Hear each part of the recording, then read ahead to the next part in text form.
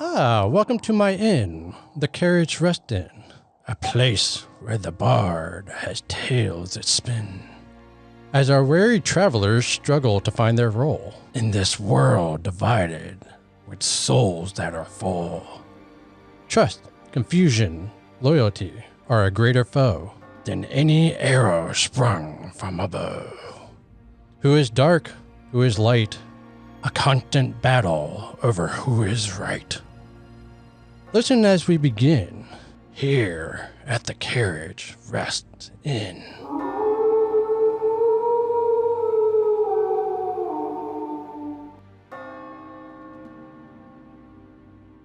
Hello, everyone, and welcome to another episode of Carriage Rest Tales. I'm the host and Dungeon Master, and to my left we have... Hi, I'm Anne. I'm a fan, and I'm very excited to be here via the internet. And this is Nick, who played Vaso, the half-orc barbarian. Hello, this is Dan. I'm a fan of the show, a friend of a lot of y'all, worked with several of y'all in the past. Happy to be here. Hey guys, it's Sam, and I play Woods, the Elven Paladin Ranger. And I am Brandon.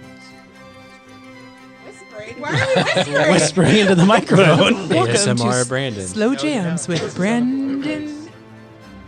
Hey, it's Ryan. I played Nomus the Bard and Kincaid the Sorcerer. I was Vive the Assassin for a while, and Korgon. So, man of many talents. Yeah, I tried to make Make him stupid decisions, roll up a new character. Yep, played a new character every season. I It was feel kind of like my Kenny. Like, Yeah. Kenny, I was just I going was to say, we dying, need like yeah. a Kenny. That was me, apparently. Well, this is our story, not necessarily recap, but a listener appreciation and mailbag episode. So last time we did a mailbag episode, we had people send in stuff. And then this time we decided it'd just be more fun to have our listeners just join us at the table. They sent themselves in. They sent themselves in. One's coming from Chicago. Anne's calling in. But I know, yeah, poor Anne has a broken foot. Yes. A broken foot and a congested face. Oh no. Floating as a human being. But you have notes. That's the other thing I'm just like nervous You're about. nervous about now? Everyone, Brandon has a notebook. Dan has a phone full of things. And then Anne put like graph paper up and was like, here, I have a notebook full of questions. Well, after I'm not prepared at all. I have nothing. Also, we're going to go ahead and apologize now for any weird audio. We're probably not going to edit this hard. We have 4 mics and 6 people, so bear with us on Yeah, this we one. got some mic sharing plus calling in on the internet. So it's going to be probably a little bit rougher of an episode. Whoever decides to edit this one. I'll edit it. It's fine. Fine. All fine. right. So I guess, how do you guys want to structure this? I didn't really have anything planned structure-wise because I assumed people would have questions. I have questions for you guys, and I'm sure the players and listeners have questions also. I mean, I think we should just let the fans, our people, just go around the horn, ask a question each, and then we can answer, and if we can go from there. We'll spend as much time as we want doing that, and then we'll flip the script and do questions for them. And then also we're gonna let everyone pick a page of my notes and read it. And know if you can even pick what episode it was about. Yes. That actually is a fun game. I would like to start off by just telling you guys some stats. Oh. Statistics. All right. Are you aware that you made 80 episodes? Yeah, I know. It's wild. 80. That's so amazing. And I did a little division. 80 episodes divided by 38 months. Call it 40 months. That's 2 episodes per month for over 3 years. That's amazing. Which, if you guys know, we were horrible about releasing things the last on season time. was a little rough. Yeah, Yeah. Our personal lives got a little crazy. So we were definitely not on any sort of scheduled cadence of anything. So it's impressive that we averaged twice a month. And I'm happy that we got, other than season 4, we did a pretty good job, but we usually had, I don't know, like 5 or 6 episodes in the bank by the time we Yeah. got to the holidays, so that we didn't, because holidays are so hard to meet during. Well, and then we would always too be like, oh, we should just do individual episodes. We usually always did that when we needed like a break or like stuff was going on, because then, okay, Nick would just come over or Ryan would just come over, and then me and Mike would figure it out, and then next thing you know, it's like 6 weeks of episodes. But I want to ask the listeners what they thought of that, because I personally loved it. It was a great way to change up the storytelling. Yeah, I liked that. Yeah, as a player, it was nice because not listening to everyone else's episodes and having that like mysteriousness. Yeah. Or not Can't- metagaming yeah, or you acting can't on metagame. something. Yeah. And then I had an excuse for when I didn't know what was going on. Yeah, that's when Nomis. So, that's when it's Nomis perfect. started to distrust you. Yeah. Yeah. So and I, Uh-huh. you know, And I was like, why is he mad at me? Sam was so confused. We had and I after, disappeared. You never knew. after that episode, Sam.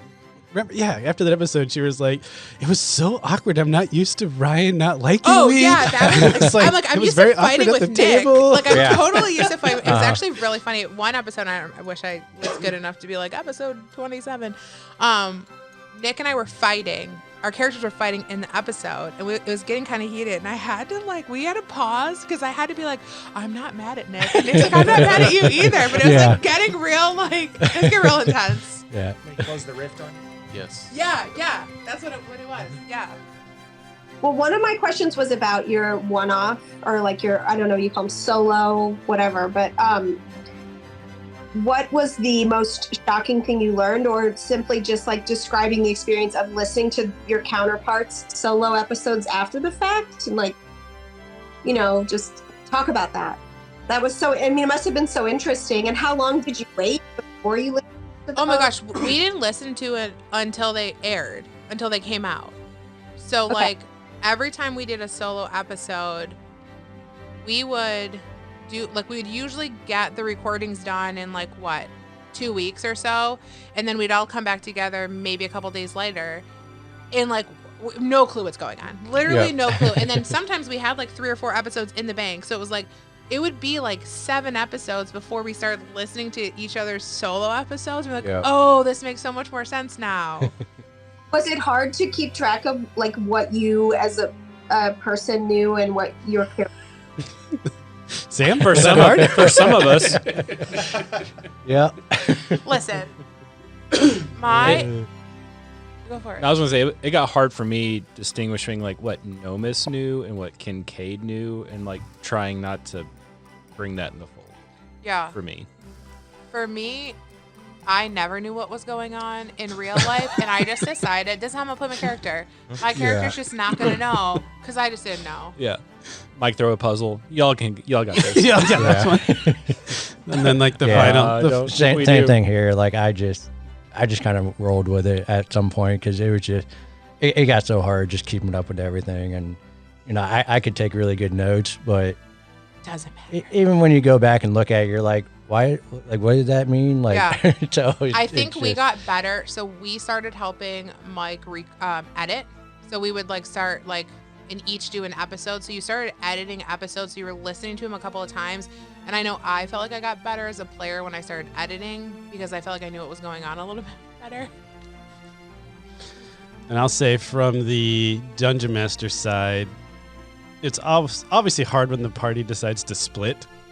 But I did like the solo episodes because part of the problem when parties split is I don't want to just ignore Nick for the whole episode.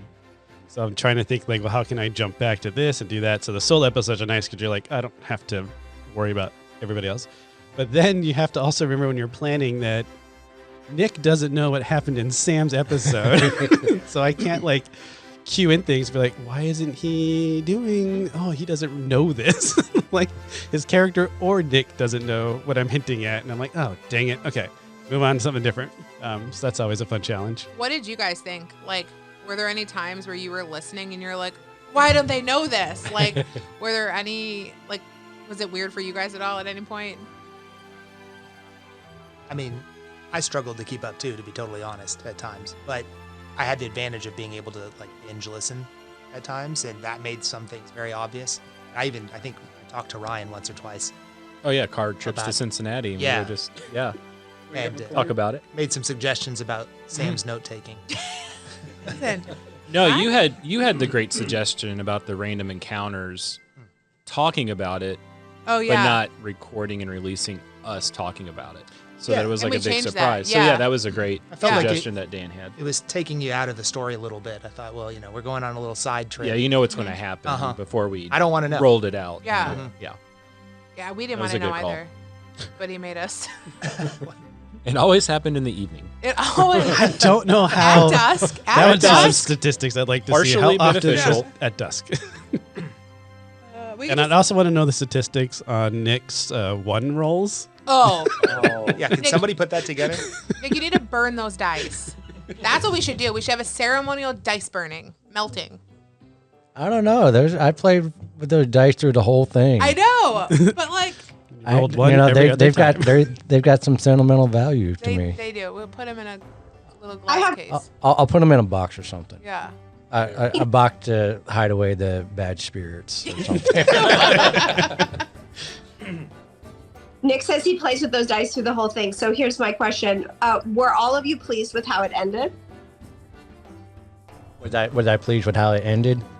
With how the story wrapped up and ended? Yeah, Did you- I mean, I loved how it ended. You're the only one alive. Yeah, you're the only one that lived. You're the I only mean, one I was the live. last man standing, so yeah, I was very happy about Which it. is I mean, hilarious for me because going into it, I was like, Basso for sure is going to be the one that dies. He had like no limbs left though. Yeah. And I was like, Fail, I'm crit pretty fail. sure Sam's character, Woods, isn't going to make it.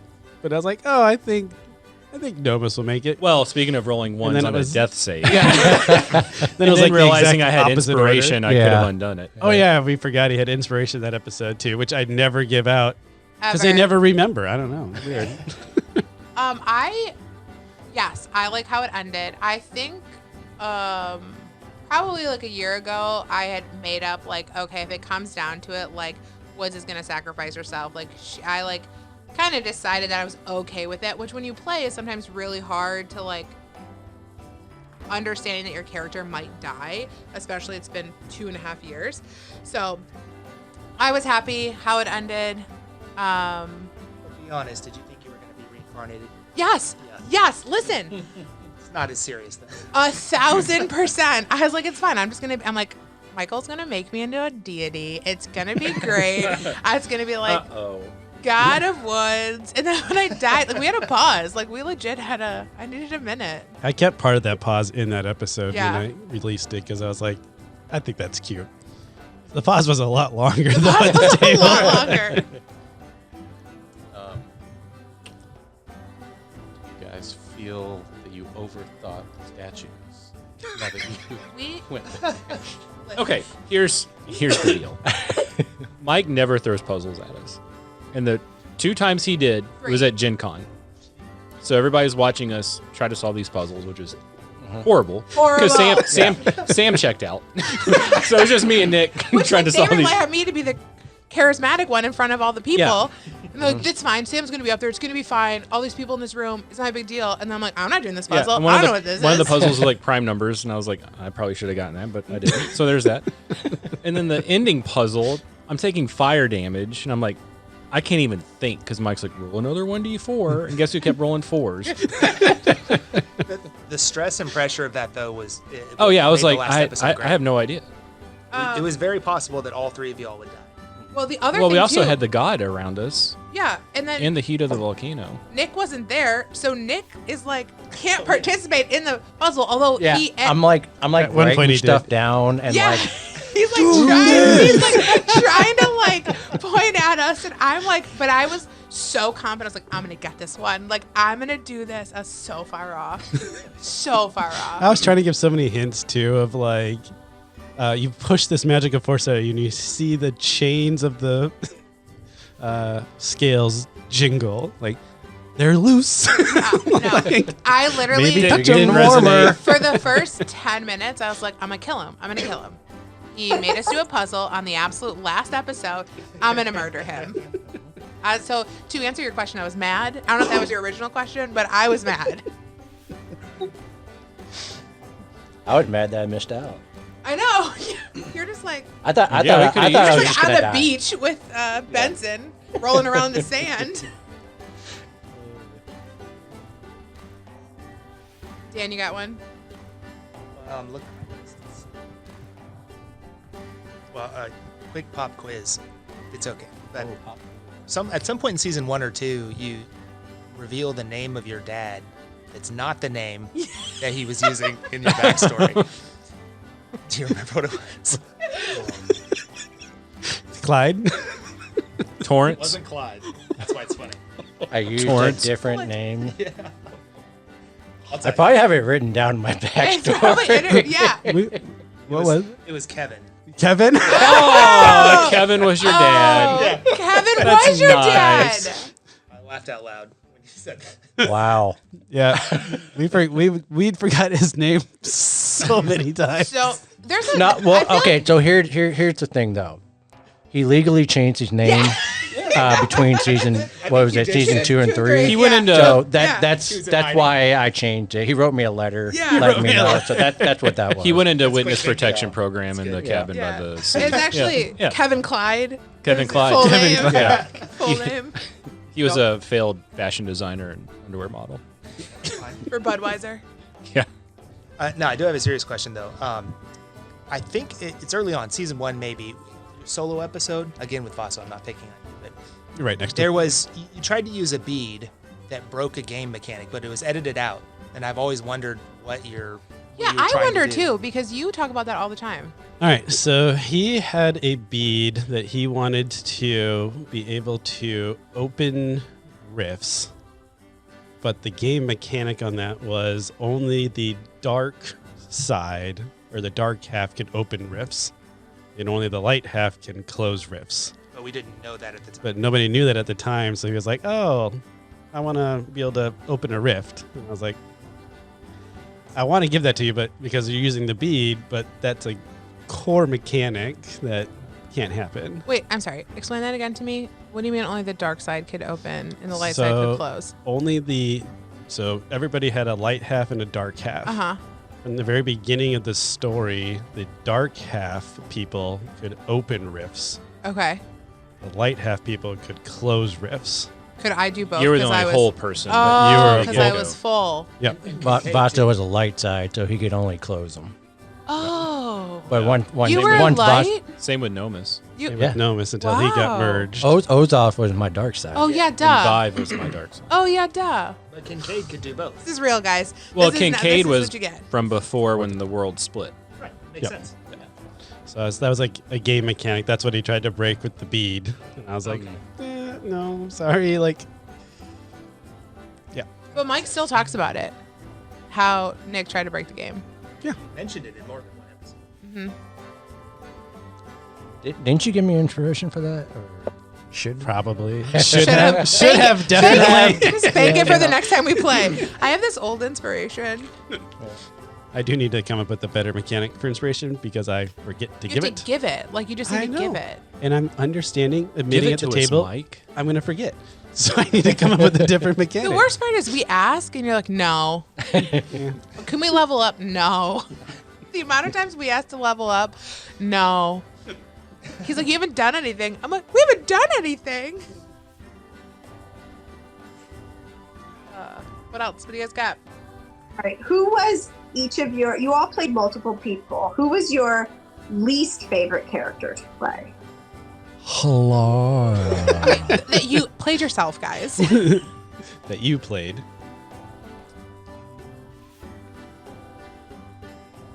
That's a good question because That everyone always is- asks what your favorite one is. Yeah. I liked all my characters. Yeah. I feel like Like a Nomus and non-answer. I mean, I guess Korgon. I mean, he didn't have much of a backstory. He was just a fighter guy. Yep. The bald. I can't remember how you described it. A bald-headed with red hair or something like that. I was like, Beard. Yeah. Yeah. Beard. I liked Vasto at the beginning, before he got his arm cut off. Oh. Well, you didn't like him after? Yeah, I didn't like that. Yeah. I like my battle axe like Yeah. that, and I missed that. I missed that the last. lightning accident. Yeah, my lightning axe, like. You know But what? I had to roll a 1. and then Yeah, I had you to roll a just- crit that's what fail. happened. You know. Yeah, I feel like I don't know. I also kind of feel like I liked Woods more in the beginning than I did at the end. she got really unsure of herself, which the story just, I think, turned that way because it was really difficult. Yeah, I mean, a gray world story. Yeah. So at the beginning, first season, you guys were very focused on point. You're part of the Order of Light. You're doing the good things. And then throughout the story, you realize that maybe that's not the good things. Yeah. And then you start getting the other side. You're like, you guys aren't really good either. Yeah. I mean, I also do like us at the end because we grew and we realized what, we were following what we thought was the right thing. I think Like so. we didn't just blindly follow the order. Yeah. And, we were, even if that meant, going on the run and, doing it the hard way. We were taking talking. the tougher decisions. So. We were talking about this a little bit earlier, Nick, you, and we were like, if Nick wanted to do something, he was doing it. Like, I'm gonna go find my dad, guys. Bye. Yeah, you see it. Bye. I'm like, I guess we're going to do that. And I was just like, I mean, it was good. You played your character really well. Oh, that reminds me. I have a question that I didn't write down, but I really. So, okay, I believe D&D once, and it was right for COVID, and then so like a very limited experience with it. But there's the grid, right, of like the chaotic and the good and the. I don't recall at any point you telling what your characters, like where you were in that grid. Is that used in the version of D&D that you were playing, or is that like an older version that I was exposed to? It's in it all the time.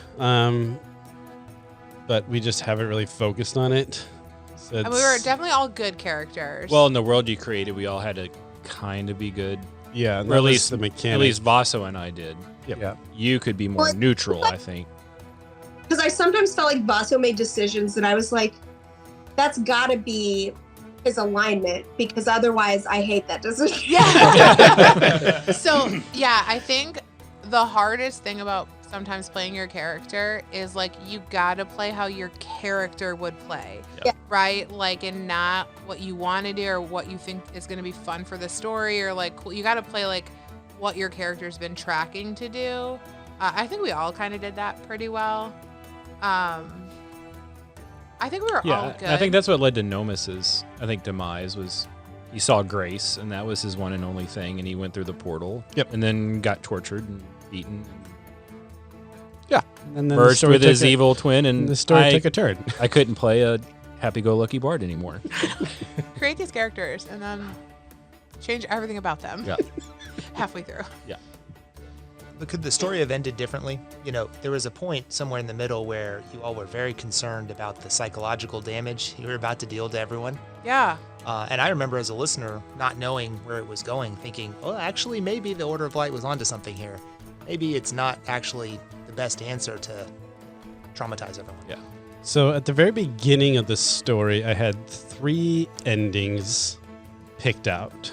There was going to be the very good ending, which would have been they had to do more so their own thing, because the Order of Light just wanted to keep everything separate. The Night Circle wanted to just force the change as fast as possible. So the best outcome would have been like, they would have worked to try to prepare people for the merger and like evacuate the cities before they ended the spell. Everybody would have survived and all that type of jazz.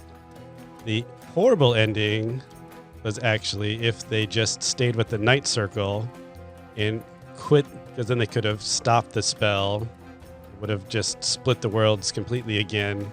But the problem was that we were hinting at throughout the story was the Denoa and Dorma are just constantly growing.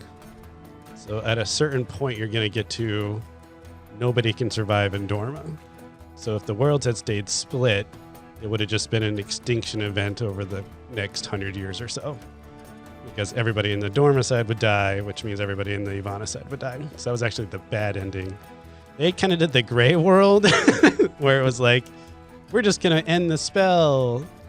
And that's why a lot of people ended up dying in all the cities, because they didn't prepare the cities for it. And I tried to throw some hints in there, like letting some of the cities fall and seeing what happened when that happened. And then Damien was trying to move people around a little bit. So I tried to lay some groundwork in there to see if they would bite on it and go that direction or not. So they Mike, didn't. Damien is a good guy. I would say he's to go in your alignment, a chaotic neutral. Like he's going to do what he thinks needs to be done. He's going to be like the ends. An experiment. What was that? He killed a guy as an experiment. Yeah, because he wanted to see if he could separate them or And not separate tortured them. me. Yeah, because he needed to break your spirit. So wait, to go. So Yeah. he's the type that the ends justify the means. Is how I was trying to play his character. Found that he was like on the side of the like, making sense because he was. I just thought he was so evil. He was pretty evil, that's for sure. Because he didn't have any empathy in his character. So I was pragmatic, trying to like, play that. Yeah. Like he didn't see the people as people. He saw them as subjects that he was going to solve the puzzle for to end this spell. It was hard to know what they could do. The characters, I mean. Damien, I agree, he didn't seem trustworthy at all. Yep. And then if you wanted to try to evacuate the cities or something, you would presumably need the help of the Order of Light. But Benson's a beast. Yeah. I mean, they Yeah, I Hate tried that. rationalizing with him and Yeah. got nowhere.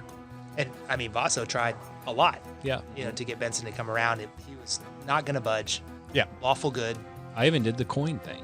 He attacked me. That was awesome. I I think- loved when that came back around. So many times.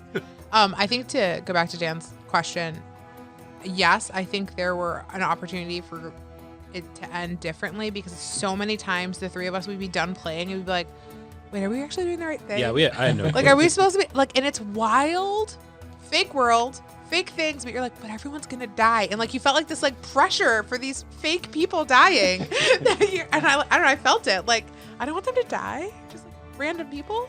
Props to Mike for setting it up Yeah. that way. Oh, yeah. It could have easily different. Yeah, I think for sure. Have you There are times gone where back- I was just like, okay, what are we gonna do? Like, Yeah. like which way is the right way? Like, Yeah. What were you gonna say, Anne? Well, I was wondering if you've gone back and listened to earlier episodes now that it's all over, and like if you feel like you missed any like clues, or if there's anything you really wish you could go back and change that one thing.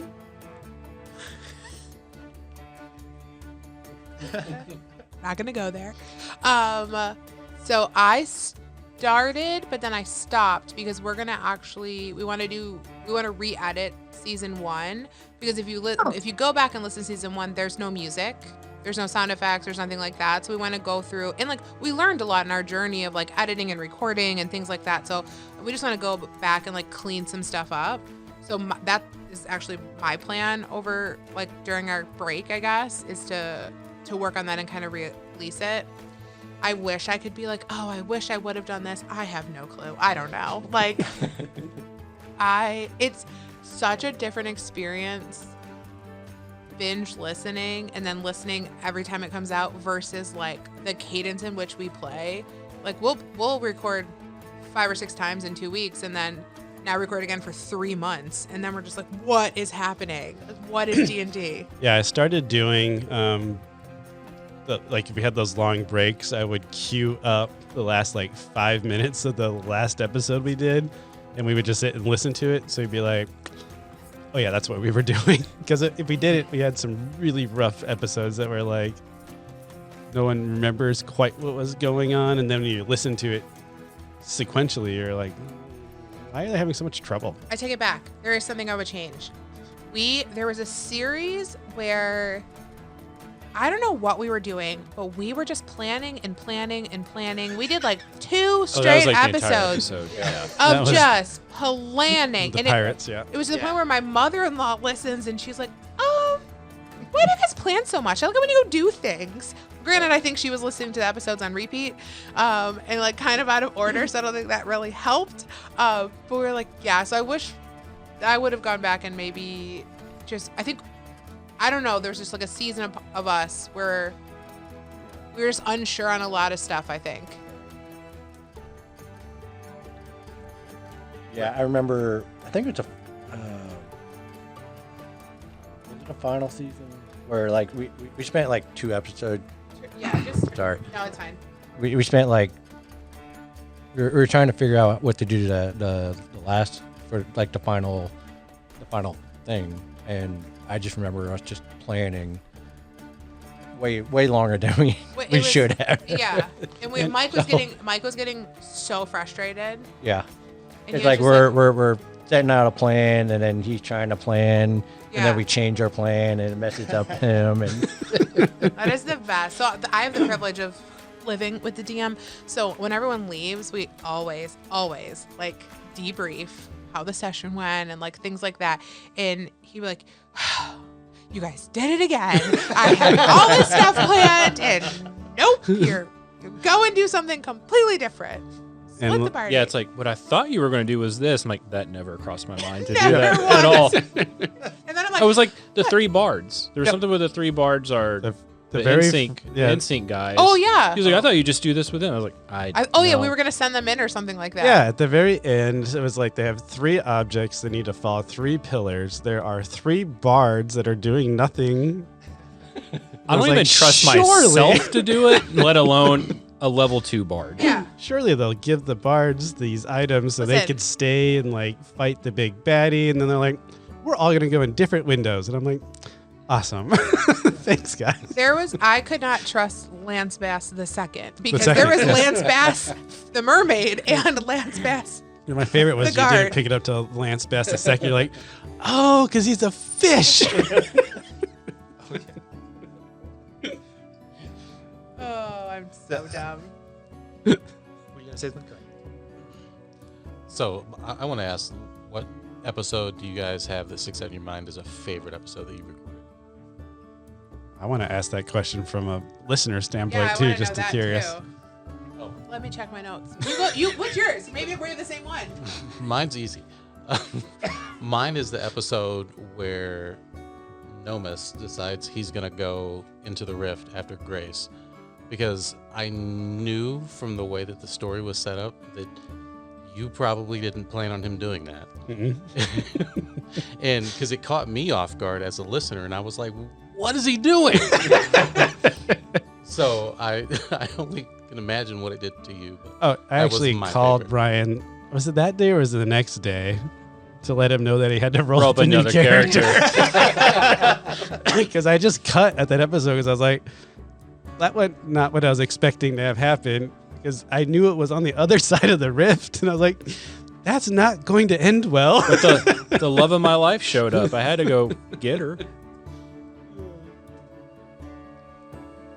I was actually going to say the same one, but for a slightly different reason. Although maybe it's all, connected. It makes the episode great. But yeah, isn't that the same episode when Benson goes Super Saiyan and just Yep. takes on the Colossus by himself?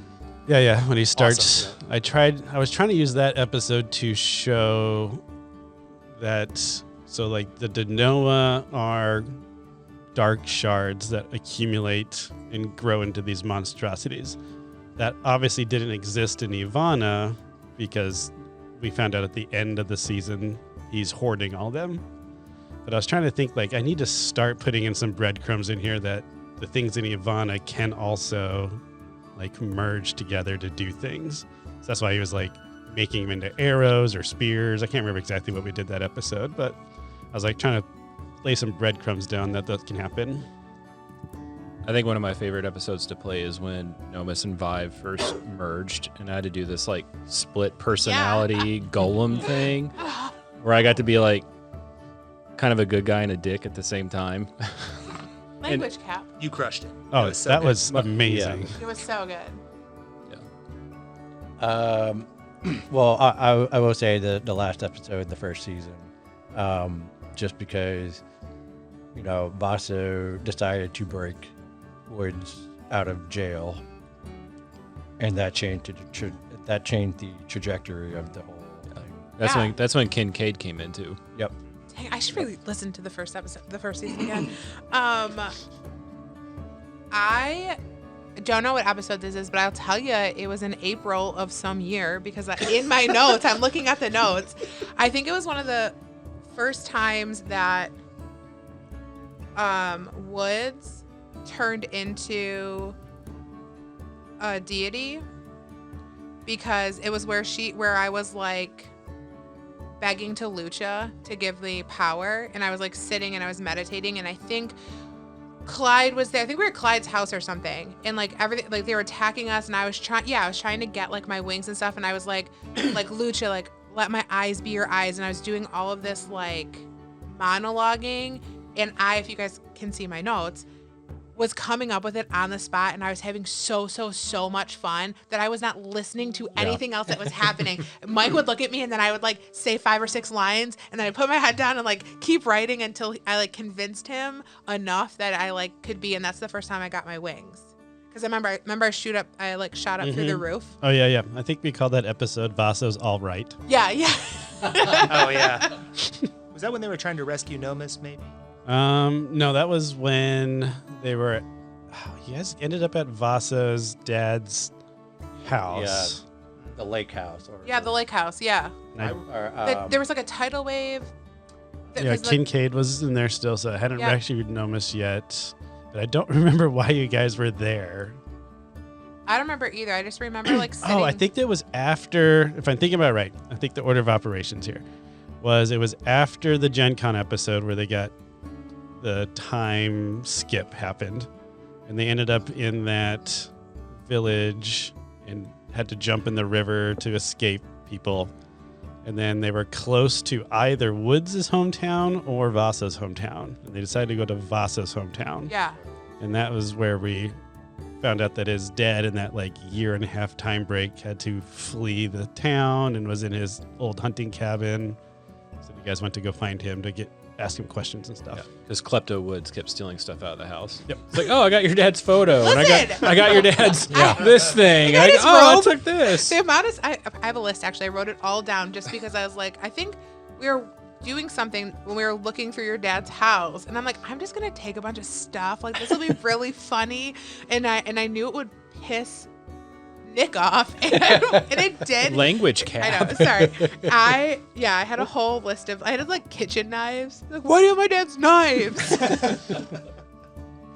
Well, Vasso's also angry because he just got his arm cut off too. Yeah, exactly. So, it wasn't a good time for Yeah, Vasso. you had. so Then it your just- like girlfriend died. Yeah, my You girlfriend. had an emotional You had a rough- roller coaster. Yeah. And then Anne, I don't think you answered what your favorite episode was. I keep thinking about the airplane drop where Woods is eating all the food. Oh yeah. Rainbow drop. Wait, Rainbow Drop Race. you guys, Yeah. hold on. I have to show you the back of my notes from that episode because I was, again, not paying attention to anything. And I'm literally... Please tell me it has all the food. It does! On this episode And grandma is like a really bad cook. It's just like putting salt Salt, instead of yes, sugar. sugar. She was going a Yes. little senile. Yep. Okay, on this episode of Brandon reads Sam's notes. And then I went back before to kind of just try to remind myself. I listened to the first and last episode of the first 3 seasons. Oh, that's smart. And the last episode is when Woods gets accused of killing Nomus, and she is asked for an alibi, and you're like, I was eating all the snacks. I didn't tell you.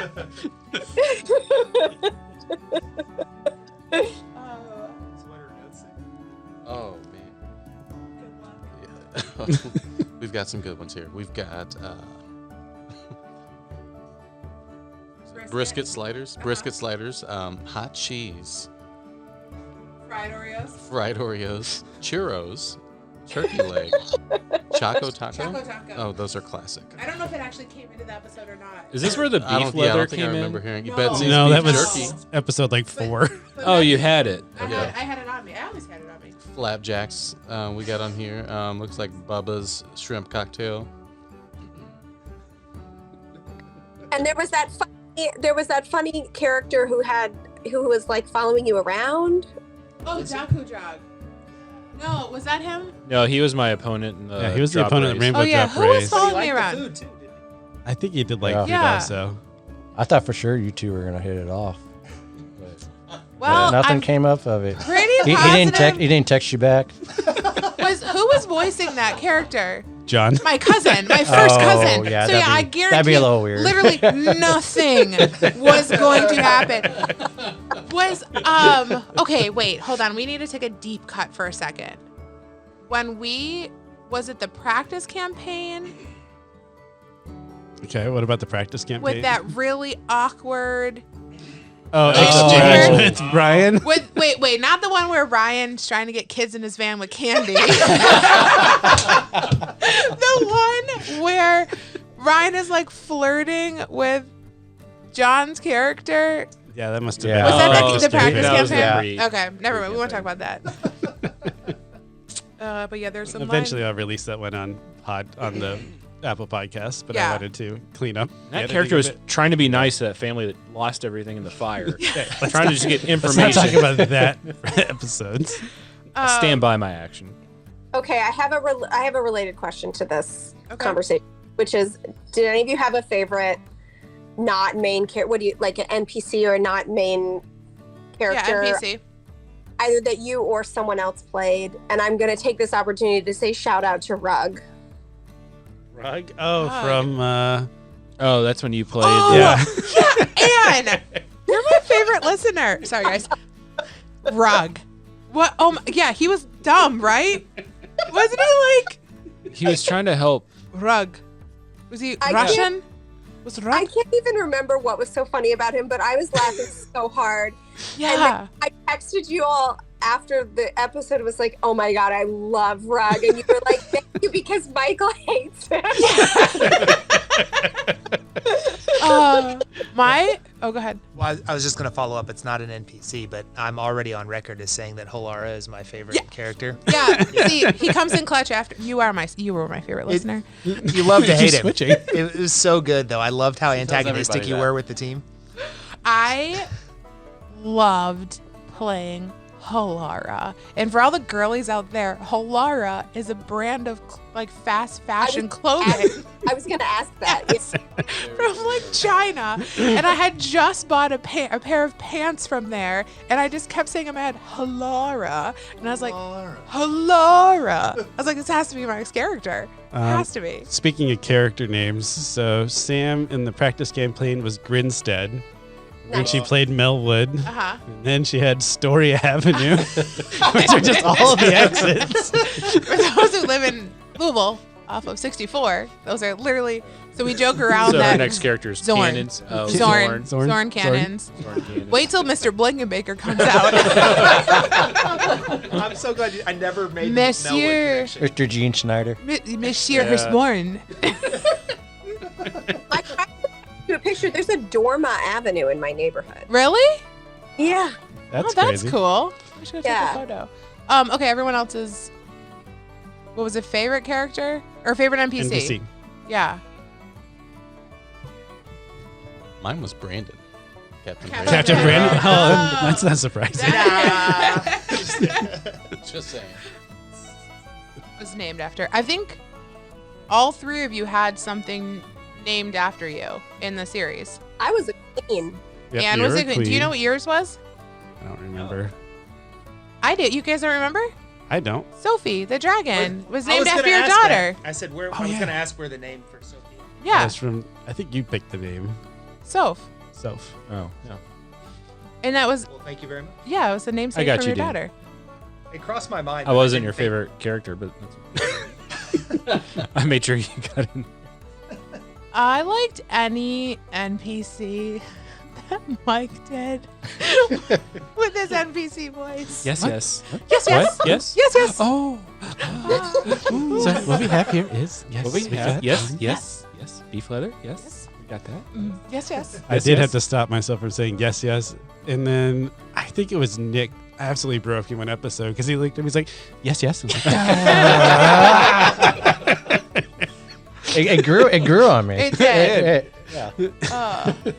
There's little ticks that you, especially when you, because I edited the first 2 seasons, I think, solo. There were so many things I was like, oh, I gotta really stop saying this.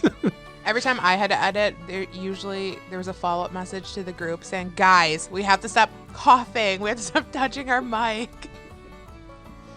Yeah, I love playing with Soph because they were my my right hand, and Your little I got dragon. extra turns and all Yeah. that Left stuff, hand. so. Yep, this is left My hand. Oh yeah. yeah, you're. It's actually my favorite NPC is Nick's Dorito arm. Vasso's girlfriend Oh, watching Mike have Oh to my role God. play that because that's where a lot of yes Yes. Where have you been? Are you okay? Shell phone. in the shelf. Oh my gosh. There goes my handsome man.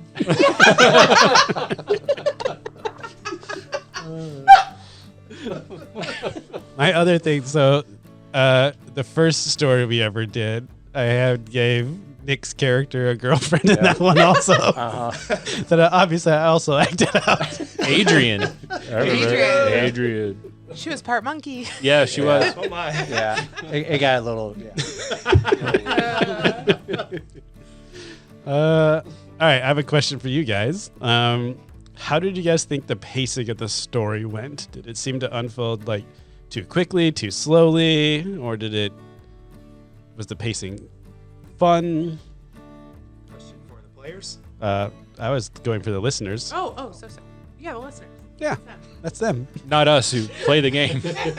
I mean, in my opinion, it was never bad. I think the pace got better, in my opinion, in seasons 3 and 4. There was season 1 started, if I'm being completely honest, a little bit slow. I think I left my review, and you guys, one of the things that I said was whichever episode 7 or 8 or something where they meet Cave Carmine. Oh, Cave Carmine. Yeah. Was where I really thought like, oh wow, this is actually much more than I was originally expecting, and that kind of hooked me. And then in season 2, I think there was at least one instance where there was like a whole episode or maybe even 2 in a row of combat that wore on me a little bit. Oh yeah, we had too long of a combat. Mm-hmm.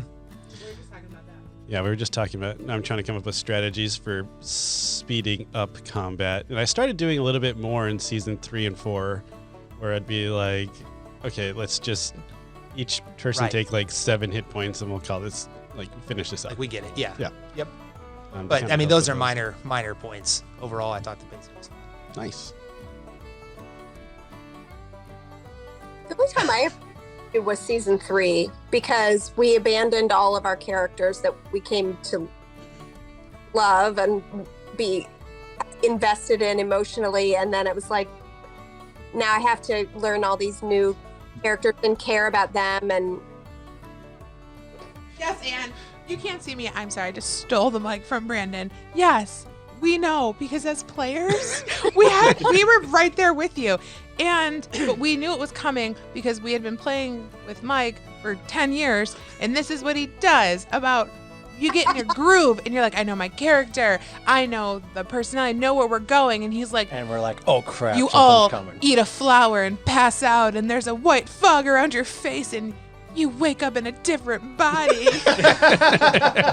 And then he like hits the button, and he's like, everyone roll up new characters. I love season 3 personally.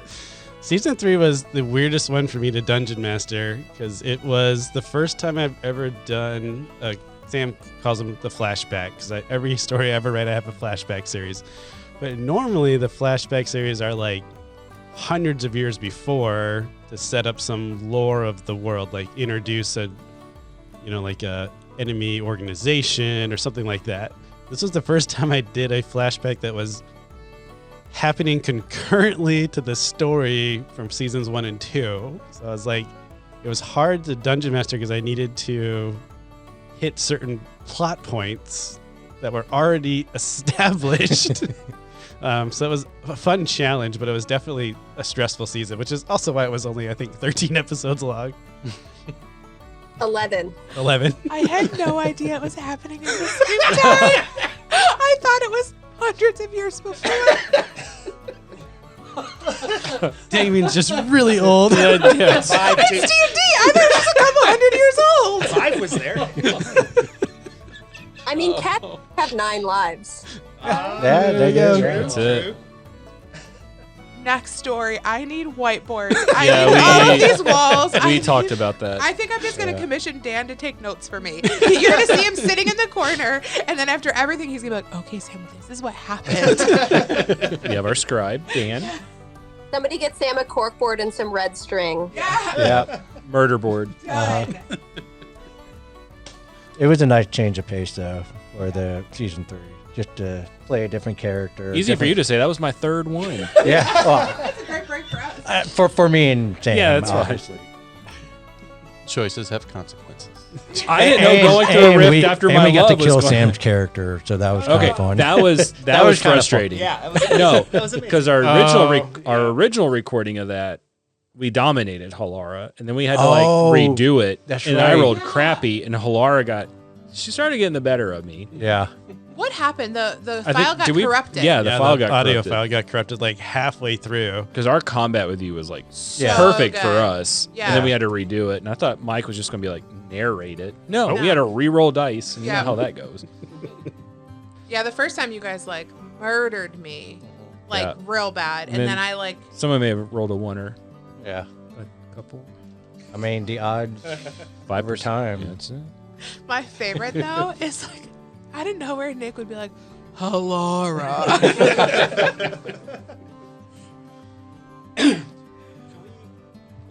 Sorry. We've talked about this a bit off mic before, but the characters all had different reactions when they were near or in Dorma early on. And I think related to that, first the question is, why did the characters have the reactions that they did? And then secondly, and I think it's related, is why did Benson not react? And in fact, he was known for being sort of immune to the Dorma effect. Yeah. So originally the characters reacting differently because Woods was mixed. So I was starting to try to be the hint that Woods had both the light and darkness, so she didn't get impacted.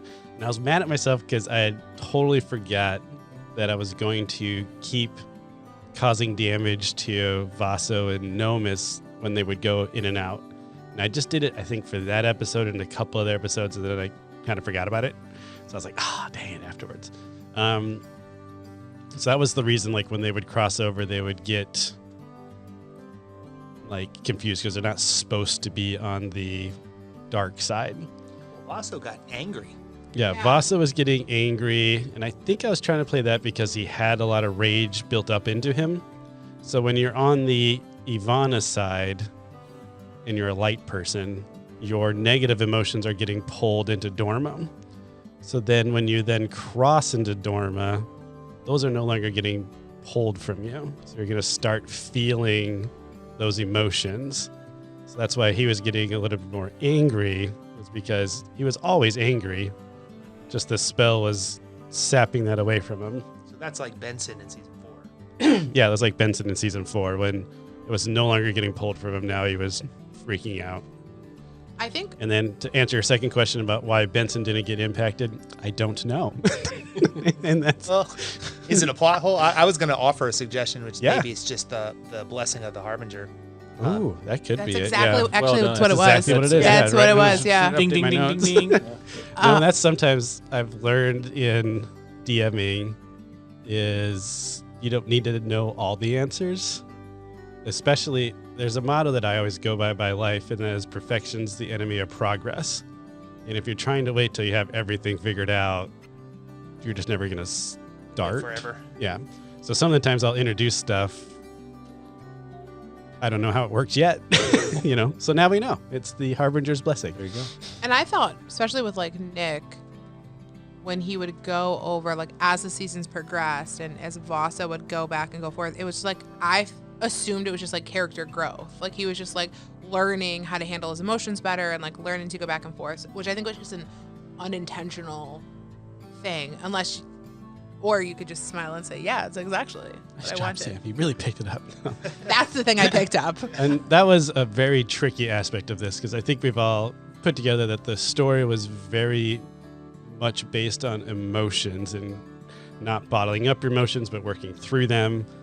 And then after I started, I was like, oh, I love this idea. Then I started playing. I was like, this is super hard to role play without telling the characters why their characters tend to be more good on this. I kind of set myself up in a weird trap that I was like, how do I role play this at the table? so Sam's character felt good. That was because of Lucha. Lucha was active on that side. So the gods were mostly dead on the Ivana side because the Harbinger creation was paranoid that they would do something to end the spell. So he murdered most of them. On the Dorma side, they were more active. So when Woods got onto the Dorma side, she could have a better connection with her goddess. So it's two different reasons for the two characters. I think that's what I found confusing as a listener early on. Yeah, it's like, because if it was just a normal merged person, they should just feel no different between the two. Right. But I'm since not she was- normal. Yeah. I mean, that's why you're the main character. Main character. Main character. I will say Oh, I see what's going on. Everyone, wait, I have a disclaimer because I feel like sometimes I get a little slack. Oh, it's the DM's wife.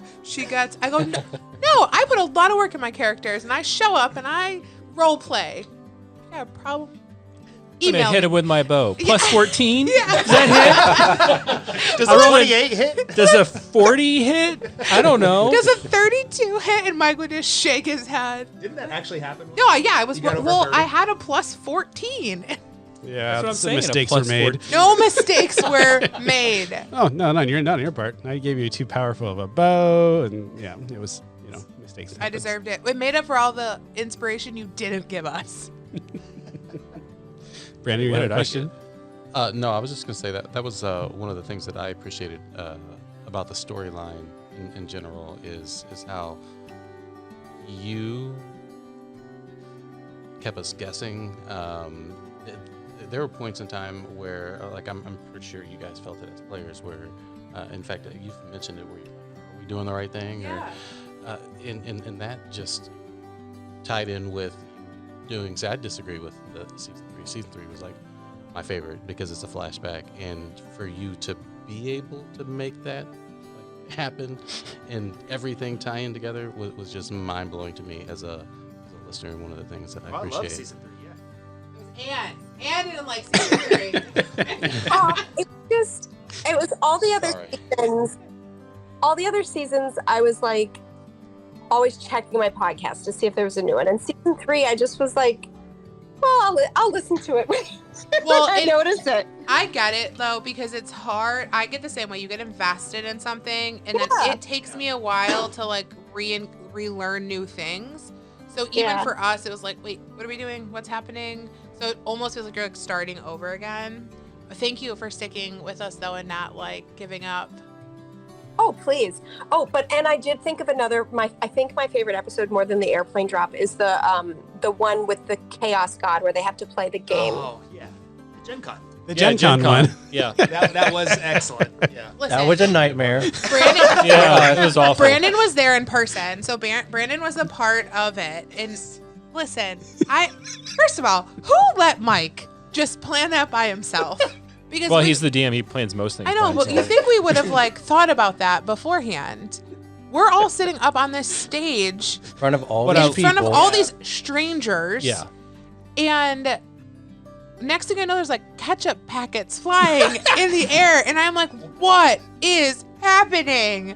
And then like there's a puzzle and I'm like, what? And then Nick and Ryan are so nervous on either side of me. Mike, I think, who was drinking? I did. I put some bourbon in my He's like, I Drank just, that pretty quick. I mean, like, what is going? And then we had like those. Mike was then all of a sudden Mike's like, "Are you from the audience?" And I'm like, "What? What are we doing?" Just inviting random strangers up. It was like a race to finish the puzzle, and I was like, My favorite don't like was this that at all. guy that I pulled up though to run the monsters in the Monte Carlo room or Monte Hall room. Yeah. He came up and just started immediately making like, I was like, oh, this is awesome. This is exactly what I'm expecting at Gen Con. I hope they're listening. I hope they came in That and was they like stuck amazing. with us. And if you were there and you were listening right now, thank you, thank you, thank you. Thank you so much for being those random strangers that listen to our podcast. So my favorite leading up to that, I was like, okay, we're gonna have these puzzles, but I don't want to just all be puzzles. I want to have different things. So that's why like the William Shacklespeare room, they had to finish the play. So I reached out to Brandon and Vicky and then Katie and AJ and I was like, hey, I'm thinking about doing this thing. It's gonna be like Romeo and Juliet, but condiment companies. So it's going to be Heinz versus Hunt's. And then I think it was like AJ was like, oh, can we name the mayor? What's the mayo company? Hellman's going to be Mayor Hellman. I was like, oh, that's awesome. And then I think it was Brandon. Was it you or Vicky or texted me and they're like, can we bring ketchup and mustard packets and throw them at each other? I was like, yes. I can't take credit for that. Yeah, okay. I can't remember who it was, but it was like, it was so like just awesome, like be able to reach out to people and be like, hey, can you help me with this? And then they are just fully invested in it. Like, yeah, we can do this. Okay, also side story. So the helpers had costumes. Michael orders said costumes from Amazon for them. Which one of them is like a wench's outfit? Not in my size. So I have no clue what's going on, but I see on the Amazon order that my husband has ordered like a wench's barmaid outfit. And I'm like, what is this? What is happening? I forgot about that. Which we still have. Yeah, someplace. It is now in the costume closet. I have a Oh, that question. sounds TMI. What beginning was everyone's favorite? Like, Oh, from the four oh, wait, beginnings? yeah, from the 4 different beginning, like the intros, Oh, the yeah, intro and yeah. outro. What was everyone's favorite? We can listen to them. Cue them up. All right. Give me a second. We can ask another question while Mike's working on that. If Yeah, anybody. I'm fully biased, and my favorite is Sam's. Well, that's it. Sam's Like, was Sam good. wrote them all, so Did you? I was going to Yeah, ask where they I came did. from. Yeah. yeah. I mean, collectively, I think I ended up writing them all, right? I did most of the writing for the first one. You tweaked it. Yeah. And then from there, we updated everything. Yeah, I think else. no. I guess we all. I shouldn't have said that like I that. can't do No. both things at the same time. Right. You know? Right. Yeah, you helped for sure. But yeah, We all definitely did. the one I did. Yeah. What'd you say? I can't pull The one right I now. did, I definitely Yeah. chimed in. I think they were all good. I would probably give the nod to Ryan's personally. Why don't liked- I remember yours? This was the chains dragging. Yeah. oh yeah. Yeah, that's why the ambiance is perfect. The delivery is perfect. That was. Oh yeah, you came to the studio. It was when the studio was I did it upstairs. in one take. and Yeah. You it's did, So you did. annoyed. So See, I- annoyed. I don't want to brag, but one take. Guys, no, because when I did it, we were in the studio like an hour and a half, and I kept doing it, and so finally I stood up, and Ryan comes over. He literally says it. I look at Mike. I'm like, you gotta be kidding me. He's like, we got it. No, I'm you like, gave me. I was trying to figure out what to do for my dark voice, and there was like the character on. Oh, the guy with the what was that show? Once Upon a Time. yeah, the Rumpelstiltskin. Yeah. Yeah. So I kept watching those videos, and Yes. I'd be driving to work like trying to do that voice. And it's like, Do it again. Do it now. I can't remember what it sounded like. Dan, you know it. What is I it? think we've got it. Cue it up. Welcome to my inn, the Carriage Rest Inn. No, there was like a line in some clip that he played that was like That's that was that's how your I got intro. into Q. Oh yeah. Oh, sorry. Yeah. There was Yeah, a we- line from the show that You were like Britney Spears. We were just like putting it in your ear, and then yeah, you knew what to I was say. like, yeah. I'll have to find it. Please find it right now. Mine was tough because like I go back and forth. Yeah, yours is and hard. So yeah, that was Guess I just could it was just tough. I guess I could just start an episode from each of them because I Yeah. do have all those. Yeah. All right, so this will be season 1. Maybe. Making them were so fun.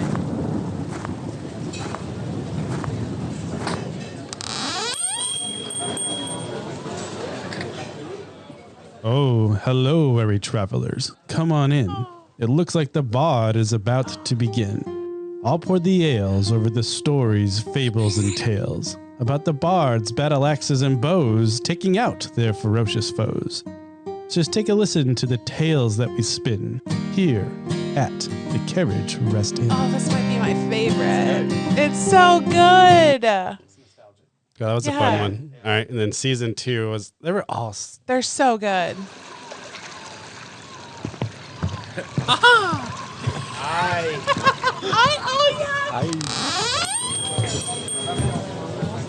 Hi, welcome to me inn. Ha ha! It looks like the bard is about to begin. I'll pour ya an ale over the stories, fables, and tales about the swords, sickles, and spells in the depths of the swells. So take a listen to the tales that we spin here at the Carriage Rest Inn. I like the flute and that one. Yep. And then I don't know if I'm sure you guys noticed, but we had every episode or intro is trying to relate to the characters that were in that one. So bards, battle axes, and bows was Vaso, Nomus, and Woods. Swords, sickles, and spells was Kincaid. I think swords was I had the sickles. sickles and the swords. And then I can't remember what season 3 Well, let's was. listen. Listen to it. Oh, this was so good. Golly, I don't know how I'm going to pick.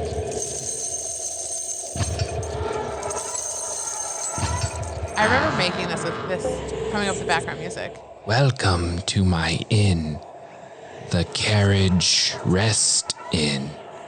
It looks like the bard is about to begin. I'll pour you an ale over the stories, fables, and tales about Dorma's history and Vive's mystery. Let us see memories of Vive through his singular eye. So take a listen to the tales that we spin here at the Carriage Rest Inn. Ryan. One take. One take. Guys, it was one take. I like that one a lot. This one's so good then too. Nick's. My favorite on this one is the wolf howling in the back. That. The ambiance is perfect. Yeah.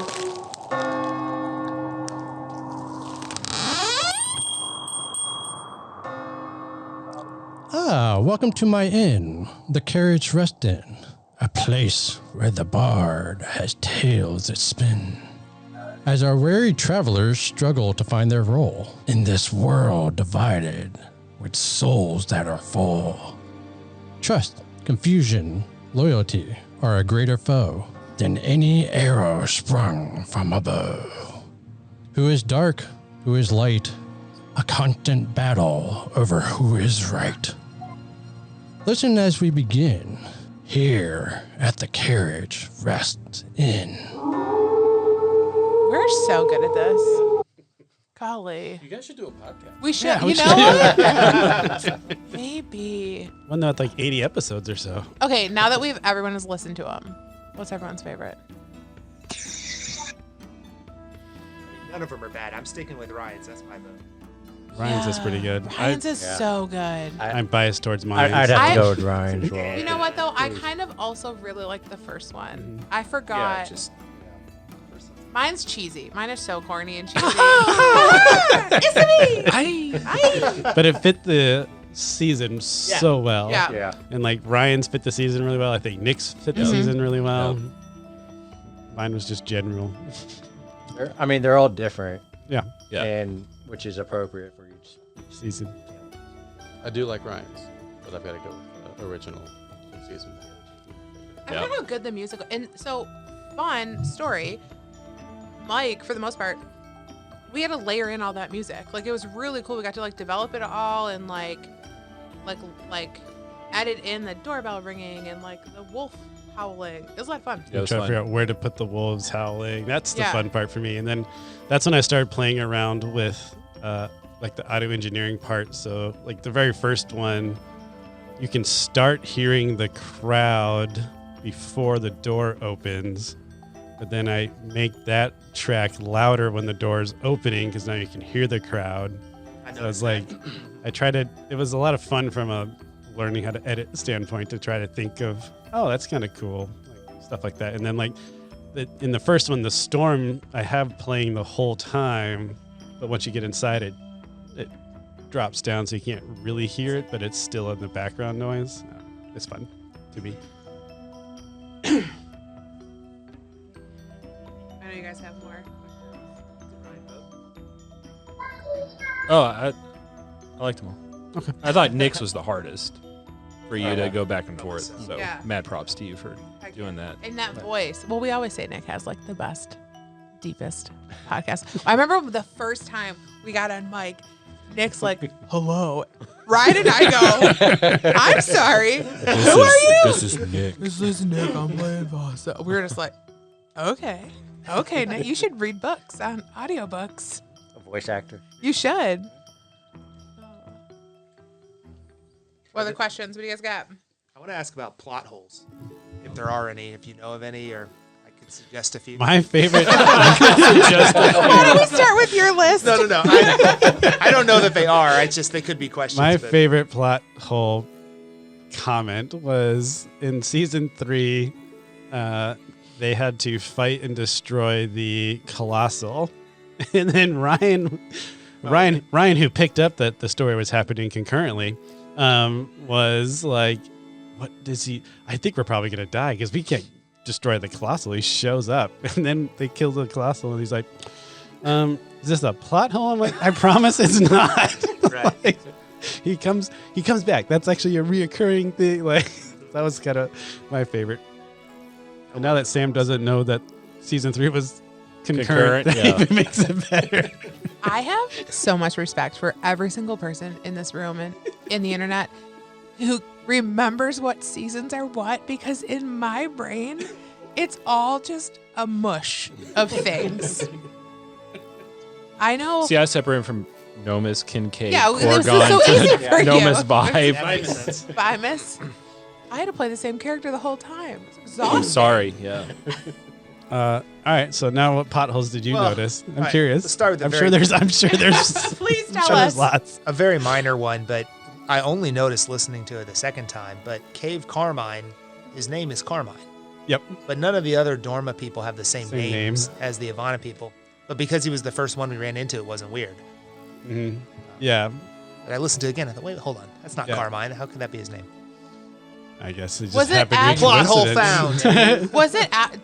Did he ever actually say his name was Carmine, or were we just calling him Cave Carmine? I think he said did his name say was it. Carmine, Oh, yeah. yeah, Mhm. because you guys were very confused and you were thinking like long lost brother, but that doesn't make sense because they have Yeah. the same name. Right. Twin? No. That'd be weird. And maybe we decided to do that because we wanted it to seem confusing because it should be confusing, and it might not be as confusing if he had a different name because then they might have leaned more into like the twin brother. But I was hoping, It might have been necessary for the. yeah, it might have the been a listeners. necessary plot hole, quote unquote.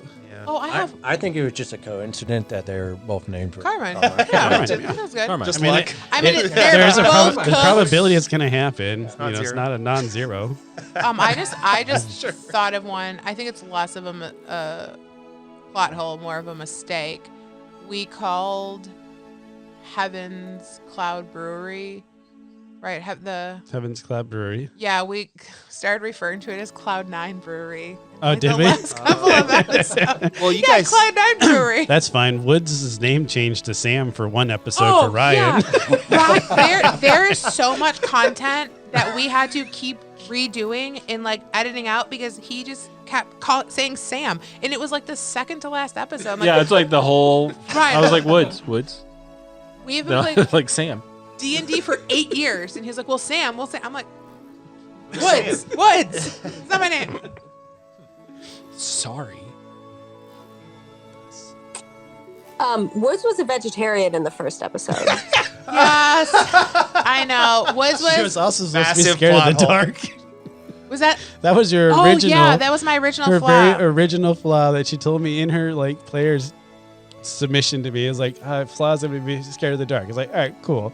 And then like we start playing, she's like, just gonna embrace the darkness. Yeah. Like, look within, I'm Possessed like, by the god of darkness. This says the moon. wasn't tracking. Moon. It was first of all. The first moon. of all, the moon, not the darkness. There's a difference. You're right, Anne. She was a vegetarian. Although I don't necessarily remember, and you tell me if I'm wrong, eating meat. I don't think I mentioned as much. What about the Beef leather. beef leather? We had a whole shirt. We just talked about you always had it on you. Yeah. It was in your notes for your. It was. You should take I notes. think in my brain, it was the fruit leather. The brisket. Brisket slice. I was Turkey leg, that's impossible meat. Bubba's shrimp cocktail. I definitely did. Okay, and good call. I was a vegetarian, but being on an adventure, I needed protein. I will say also, in the first couple seasons, I definitely talked about working out more. Like that was more of a thing that kind of died off. Like every person stops working out. Saving the world. Yeah, got busy. Got busy. Can't get my reps in. So, and anybody else, please jump in here if you have other points. Other plot holes. I don't know if this is a plot hole exactly, but I remember not feeling satisfied with the explanation given for how they got into the haunted wood, which was later revealed to be Dorma. Oh, yeah. But they never went through any rift or anything. So that is the folly of doing a Halloween themed kind of episode, because you're like, I want to play around with it a little bit. Basically, the way I was looking at it was the black dragon, that was the big Dorma dragon that was in that temple, was slowly causing a massive rift to happen around that section. And so the rift was constantly growing. So they stopped to camp for the night just on the outside of the rift. But then overnight, the rift just kept growing. So eventually it encompassed them inside the rift, was kind of where I was going with that one. I'll buy that. I buy it. Yeah. Sure. I'm gonna say, going back to Anne's question, that was my favorite episode. Reason being is our original studio, it had very bad lighting. So I put in a chandelier, and it had these 5 nice bright lights. And we get in there and Sam's like, oh, this is great. This is fantastic. Well, what Sam didn't know was on my phone, they were all smart lights connected to an app. So we get to the dark forest scene, and then we went through the whole ordeal of we're going to sit up by the campfire. And I was like, okay, well, how long are you going to wait? And like, oh, till dawn. And I'm like, well, how long is it going to wait? And then when they clicked that they were going to be in the dark forest and it was a spooky theme, I immediately turned the audio music to a spooky soundtrack and then hit a button and the lights just dimmed down to a campfire flicker. And Sam was like, I can't see my character sheet. So I had 3D printed these torches with tea lights. So I handed each of the characters a torch. So we played that whole episode with eerie music in our ears with flickering lights. The absolute worst. That is my least favorite episode. And I feel like I have PTSD now. Thank you for bringing it back up. I was so mad. For those of you who don't know, most of you don't, some of you in this room know, I have problems with a few things. One, I can't hear anything. We go out to dinner. I'm like an old lady. I Ryan's wife, Emily. I never can hear her. I'm always like, That makes two She's of us. my best friend. I'm like, you got to talk louder, Again, I'm turning my face, so my ear is towards Emily's face. I also can't see, especially when it's dark out. Also, Nick can't see when it's dark out either. So he was like... But I had a blast. I know. On that episode. I hated it. I wasn't trying to LARP, okay? Yeah, and then you could tell, and Sam was like, I was getting so anxious. I was like, yeah, but Woods would have been anxious. This is perfect. Yeah, because I'm supposed to be afraid of the dark.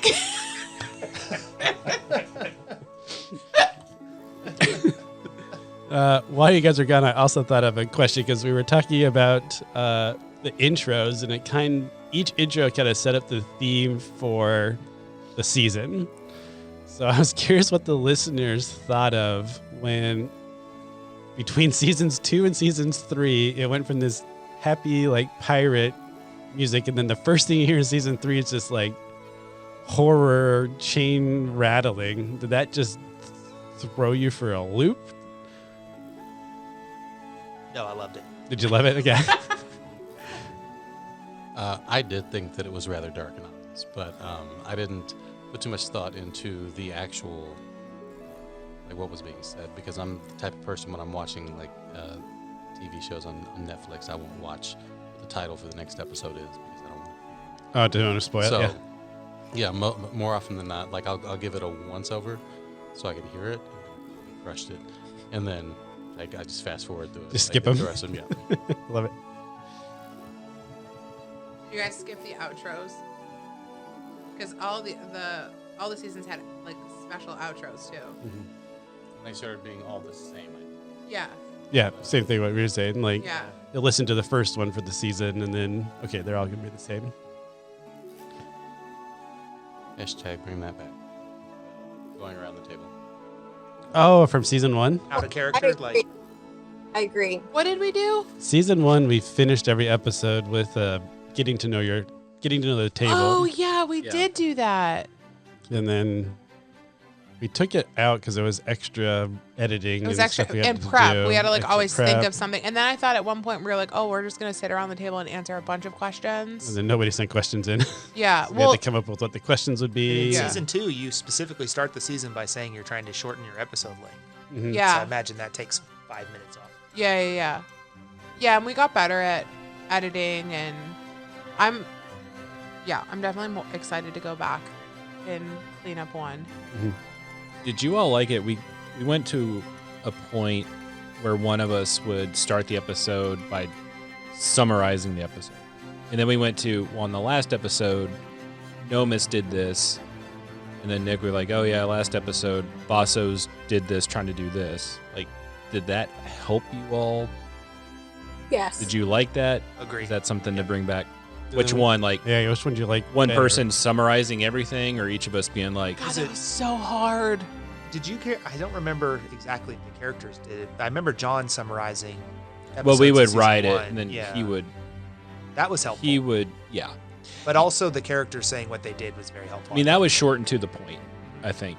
It was definitely, Like 2 lines versus like 2 paragraphs of stuff. it was a lot of work to create episode summaries, and like we did in season 1, where John would be like, oh, we last met our adventures, blah, blah, blah, blah. And then I think also we stopped that because of most people binge listen. So then we're like, if you're going to listen to 3 or 4 episodes in a row, that gets redundant. Well, when they were coming out weekly, that was true, but Yeah. they're not anymore. So you have like sometimes 2 or 3 weeks, Yeah. maybe longer between episodes, and the summary is really helpful. Yeah. Maybe we'll go back to the end. Like last week, Woods did this. Because it also helped me to refresh, like, okay, this is what I'm trying to do. Is that tied to what, Vaso and Woods is? Because we know, your notes, But going back to then- that. But then we'd be like, okay, so we'd stop, we'd end recording, we'd be like, everyone write down what you're going to say. So the next time we'd come back and we'd read it, we would not understand. I'm trying to find one. Bad note taking.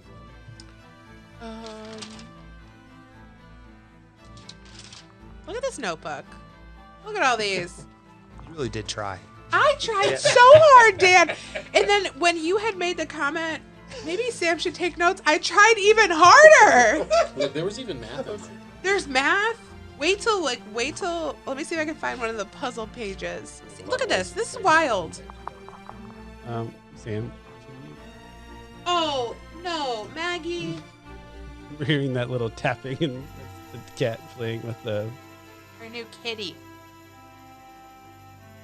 wants to be on the Podcast? podcast. She wants to know when the Maggie character's going to come out. Okay, well, anyway, we can move on to something else. Are we going to get a sneak peek for next line? Is it going to be a season 5, or is it going to be like a whole new? That's actually a great question. I was going to ask that. I have 2 thoughts for how to do the next story, at least from the podcasting perspective.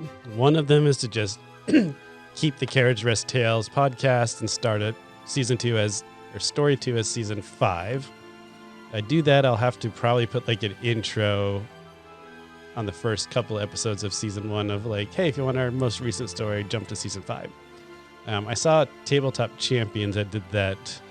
But then I've also seen other podcasts that will do like make a new podcast, quote unquote, called like Carriage Rest Tales 2. And that would be story 2. I don't know which way to go yet. I think we should just,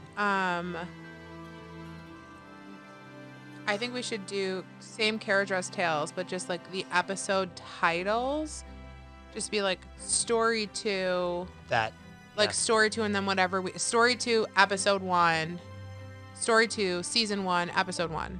like SS whatever. And I think we just have to write it out for a while or like name the story, whatever it's going to be, like the mafia murders or whatever it's going to be.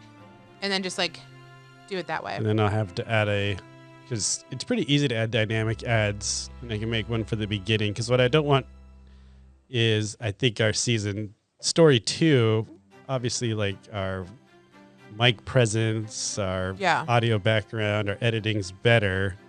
So I'd want new listeners to preferably start with the newer material, because I don't want to lose listeners on the rougher first story, which is why I was thinking like just a whole separate podcast. But I could add a little. What did Sneak Attack do? I don't remember what they did between their 2 stories. I can look it up. We'll have to look. Make a note to look it up later. Yeah. But don't you worry about losing followers who have it like subscribed. Yeah. We'll figure it out. Well, and I think even if we just hey, you're listening to story number 2. If you're, check out, story 1, the Light in the Darkest series here on this podcast or whatever. I think we just do something like that. Yeah, and then you can add the reverse to the early episodes, right? This is story 1, but now we're on story 2, whatever. Yeah. Oh, that would work too. Yeah. Right. Cat's very distracting down there. She's biting it. Do you want me to put her up? Yeah, keep Oscar down here, but just put him up. I'm just going to close the gate. Hold on. Yeah. Somebody grab her. Grab a cat. Sorry, little break. You guys don't get a chance to hear that ding as often as it gets used. They should never hear it. I kept one in one of the episodes because I thought it was really funny to keep it in there. But I can't remember what episode it was. He was just. It might be the one shot that I'm editing right now. Yeah, he's down here. He's down here, Sam. Yeah, we use the ding for when I know there's going to be a break. I could cut out that whole section. Or somebody cusses and Sam cusses. Or Was it the recent episode with Sam? not always. She's just Most the things, biggest culprit. not always. who gets edited the most? Who's the worst? The pottiest mouth. Sam. Okay, I have the pottiest mouth. But it's always really funny, which kind of might get so mad. Well, I get mad because I want to leave the energy, and like I just bleeped it out one time because I was like, oh, the energy and like emotion is perfect, but use a different word. I know. Stop it. Mike's coughing gets edited. Nick touches the mic. He says Mike's or Nick's and then there's more mic touching. Ryan, also this is my favorite. Ryan, you guys might notice when he speaks, sometimes he just like his cadence of speaking, there's longer pauses between words. So sometimes when I edit him, I shorten him up a bit. I do that too. Yeah, and so I think you're just a really dramatic Sorry, speaker. my cadence is off. A lot of times we're editing out us trying to figure something out or Mike explaining something or a really funny political joke that Ryan and I have made That I need to take out. that we just need to take out because, it's I try to keep not it a place. politics free. Yeah, so it's people just not a can place for it. It's escape family to. friendly and whatever. But, we are people, so. Can you tell us you're super fans, and then you can cut it out of this episode? Oh, golly. I can't think of any right now. I off the top can't. Of my head, but Most of them are inappropriate. Yeah. There was wondering about doing unedited releases. So like on the website behind the paywall, for example, just doing completely raw, unedited. But then I was like, I don't even want to mess. Well, and I with that. think there's some stuff. I mean, there's truly just some stuff that we just say that I wouldn't want people outside of the room hearing, taking out of context or whatever. So we try to clean up. And we really want to be family friendly. Like, that's important to us. I always feel like if you can make me laugh or entertain me without being crude or rude or disgusting, like, then you're truly funny, you Agreed. know? And I feel like that's what we're trying to do. Next time we record, though, and we got to cut something out, and I'll just, send it to you. Yep. Just be like, here's Sam and Ryan being dumb. What else? I have a question. Since you guys has said you started re-listening to some of this stuff, did you notice any like foreshadowing stuff in the second time you listened through it? Yeah, that was why I asked if any of the players have gone back and re-listened, because like I think it was, I forget if it was the first or the last episode of the first season, but the pillar was hollow, or the statue was hollow, and Vaso was like, no, I don't have time to look at that right now. I'm looking for my dad. Kevin or whatever his name is. Kevin Clyde. Oh, like Mike is like, did you want to like investigate that or anything? And he's not focused on something else. And so I was just curious if like, and I'm sure that the whole series is littered with stuff. And I'm also just so impressed, Mike, at how much thought you put into the life of the story from the very beginning. Thank you. Oh yeah. No. It should be a book, or like a graphic novel or something. It'd be so good. I mean, I'm looking at the Nomus Vive painting right now. Oh, Just saw the level of detail in that we totally did not see in the beginning. Nothing. I looked at it. Was amazing. So I guess, do we ever share that? It's on the website. It's on the website. So for those of you who aren't here and can't see it, we're talking about the thing that's on the website. I remember. The Tapestry of Nomus is what it's under on the. Also revealed at Gen Con. Yeah. Also revealed at the Gen Con huge episode. thing. And I remember looking at this being like, what is this? Like, what? Like, this is weird. But now looking back, I'm like, oh, I get it. It makes total sense. It makes so much sense. I somehow completely missed that the Colossal had the person inside of him, the God of Destruction, which is revealed in Vaso's solo episode in season 1. Oh, I don't think you know who it is, but you know someone's in there. Someone's in there. Yep. 100% forgot and was blown away like in season 3 or something. When it comes back around. Yeah. Like, what? So, yeah, I caught that the second time. And I thought of something. You can hit the ding button because I'll edit this out.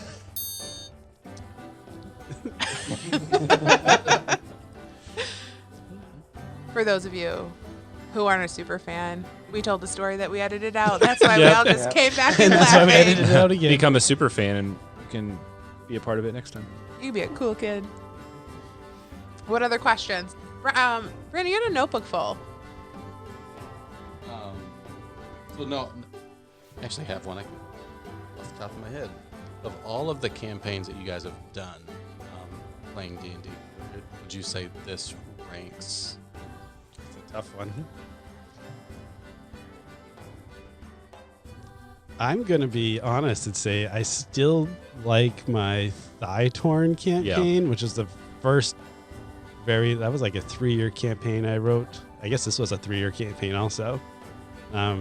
That one was fun, but it could just be the nostalgic that it was the first long form campaign that I wrote. That wasn't just like 10 sessions or so. Well, that was the first one That was the first Nick and I had ever played.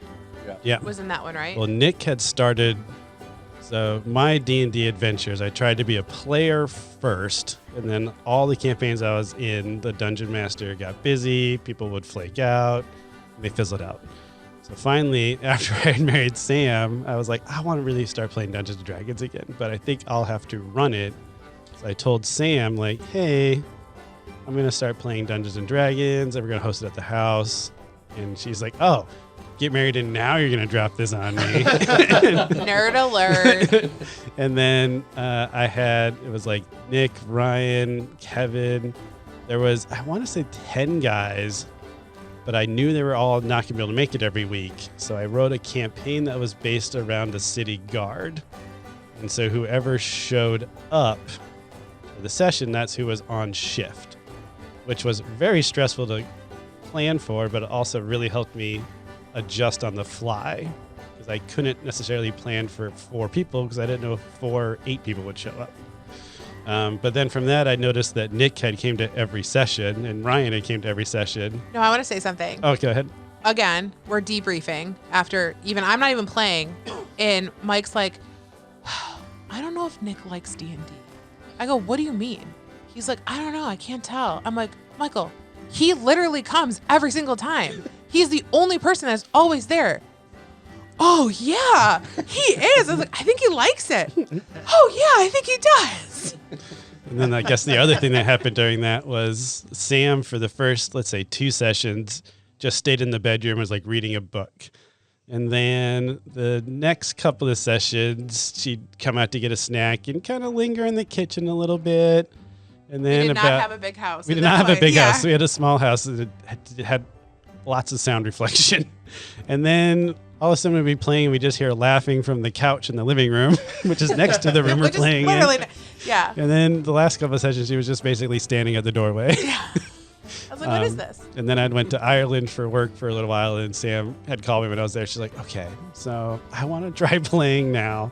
And that's when we did the Thigh Torn campaign, which was the 3-year one that I did with... That's Lena Banadari, right? Yeah, that was Lena's story. Yeah. And that was a lot of fun, but it might just be because it was the first time I had like a set group. We were running through a long campaign. It might be the, rose-colored glasses. If I were to see it in person now, I might cringe and be like, oh, that was so bad. No, I think it was so good. It was one of my favorites. Yeah. I think it was one of my favorites. It was I think it was my favorite. I could edit this out, Ryan, if you don't like it. But one of the things, one of the campaigns that fizzled out was one that Ryan was running. Oh, God. And it was amazing. And then we got to this point where we had to seize a castle. And then we just never met again. It was hard. I was like, I don't know DMing how is this so is going hard. to work. So fast forward, we're doing to this Thigh Torn campaign, and I'm running it. And there's a scene that we finish on a cliffhanger where they have to escape a castle that's being seized. And Ryan just looks at me with wide eyes. Like, what are you doing? That was It's a core moment of mine. that was so fun. So I played a very similar character. Woods was drawn from, it was a ranger elf called Lena Baniadari. And Nick was Chad the Barbarian, which I don't know It does slip every once in a It- while. it I does think I come- edited them all out, but there's some I'm sure I missed. Yeah, and then you played Guinevere, right? Gwen, the half-drow druid. Yeah. Yeah, she was fun. That's one She showed no mercy. I wish we Poor recorded. goblins. Well, that's what we decided to start poor recording, goblins. I think. Yeah, that's when we decided we should start recording near the end of that one. Mm-hmm. And Sam ran one for 10 sessions or so. Oh yeah, I am not, guys. You did good. No, I am not a DM.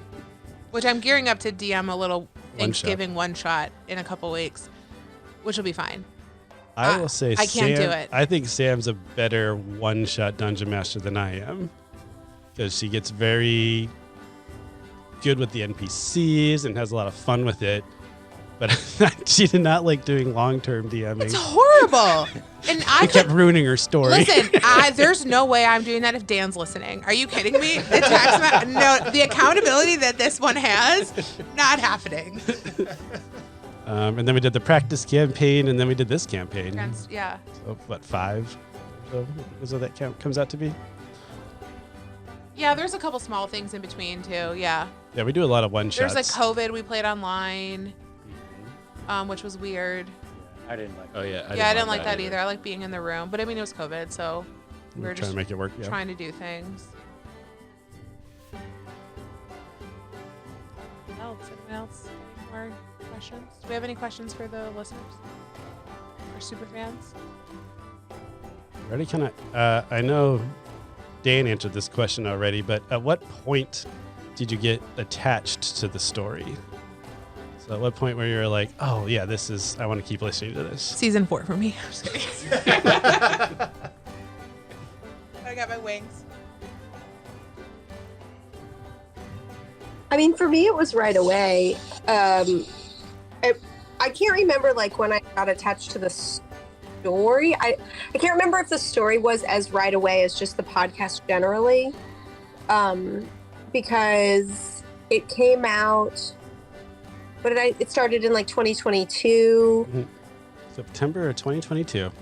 So we were still. It was not like heavy in in COVID, but it was still like people were leery about gathering. And I had one young kid and I was pregnant with my second at the time. And like, it's hard to like get out and see your friends when you're having a life change like that, in addition to and in the context of COVID, like particularly hard to get out and see your friends.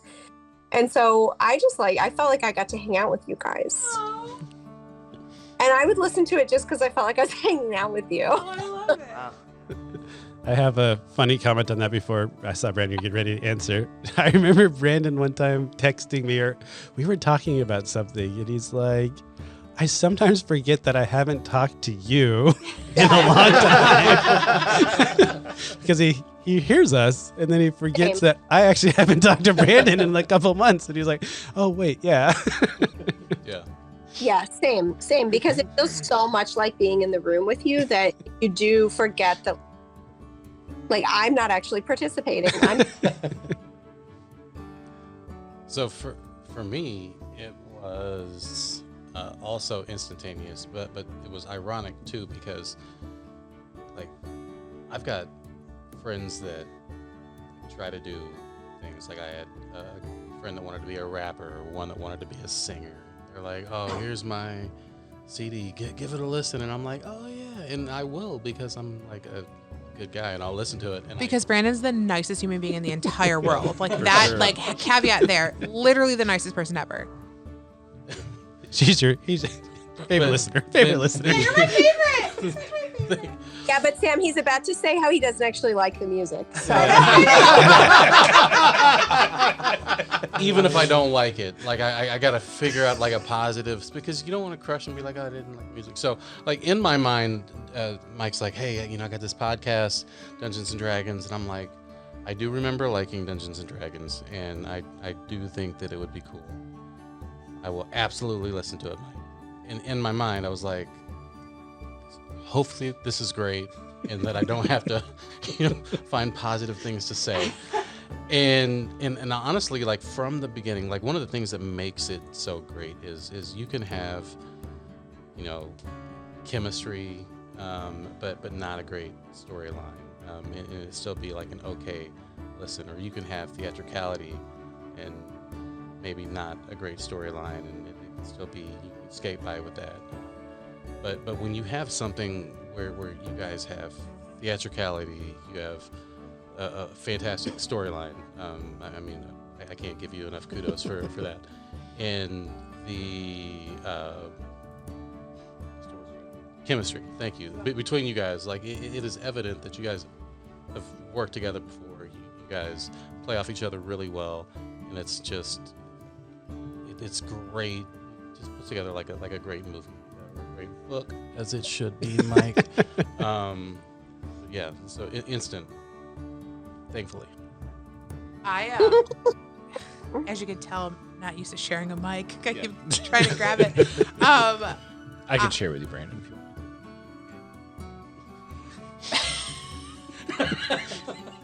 I totally lost my train of thought. Thank you. Thanks, Brandon.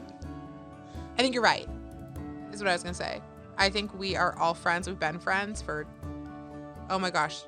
We've been friends with Nick for 13, almost 13 years. We met him at our Jack and Jill party. We met him at our, Jack and Jill party. Yeah, at our, which was 11 years ago now, almost 12 years ago. Yeah. Yeah, and we've been friends with Ryan. Shortly after that, we met Ryan through, work. Yep. Work. So I think the cool thing about like this table is I've always felt like super safe just to like say anything, be stupid, be silly. Ryan's always singing. Nick's always rolling his eyes. Like, at me singing. Yeah. Like we've always just felt a lot like a family, which has been a lot of fun. Yeah. So we're friends first, and it's just fun to play. Yep. Second time. I have a question. So there's a couple different styles of D&D podcasts, right? Like we do real play, like live at the table, where we're role playing, but we're also like rolling the dice and talking through it and table talk and stuff like that. Is that like a style that you guys like, or have you had the opportunity to listen to more fast-paced D&D, like highly production style podcast? Do you like how we do it? Do you wish there was less of anything that we do? Yeah. I'll go first. Don't change anything. It's fantastic. No, I appreciate the choose your own adventure aspect of the way that you guys play. Those books were very nostalgic to me, and it's you get a sense of that through your guys' gameplay in each episode, and that's also could be one of the reasons that I love listening to it so much. I really just want you to host like Late Nights with Brandon. You're like you got this like smooth DJ voice. I like it.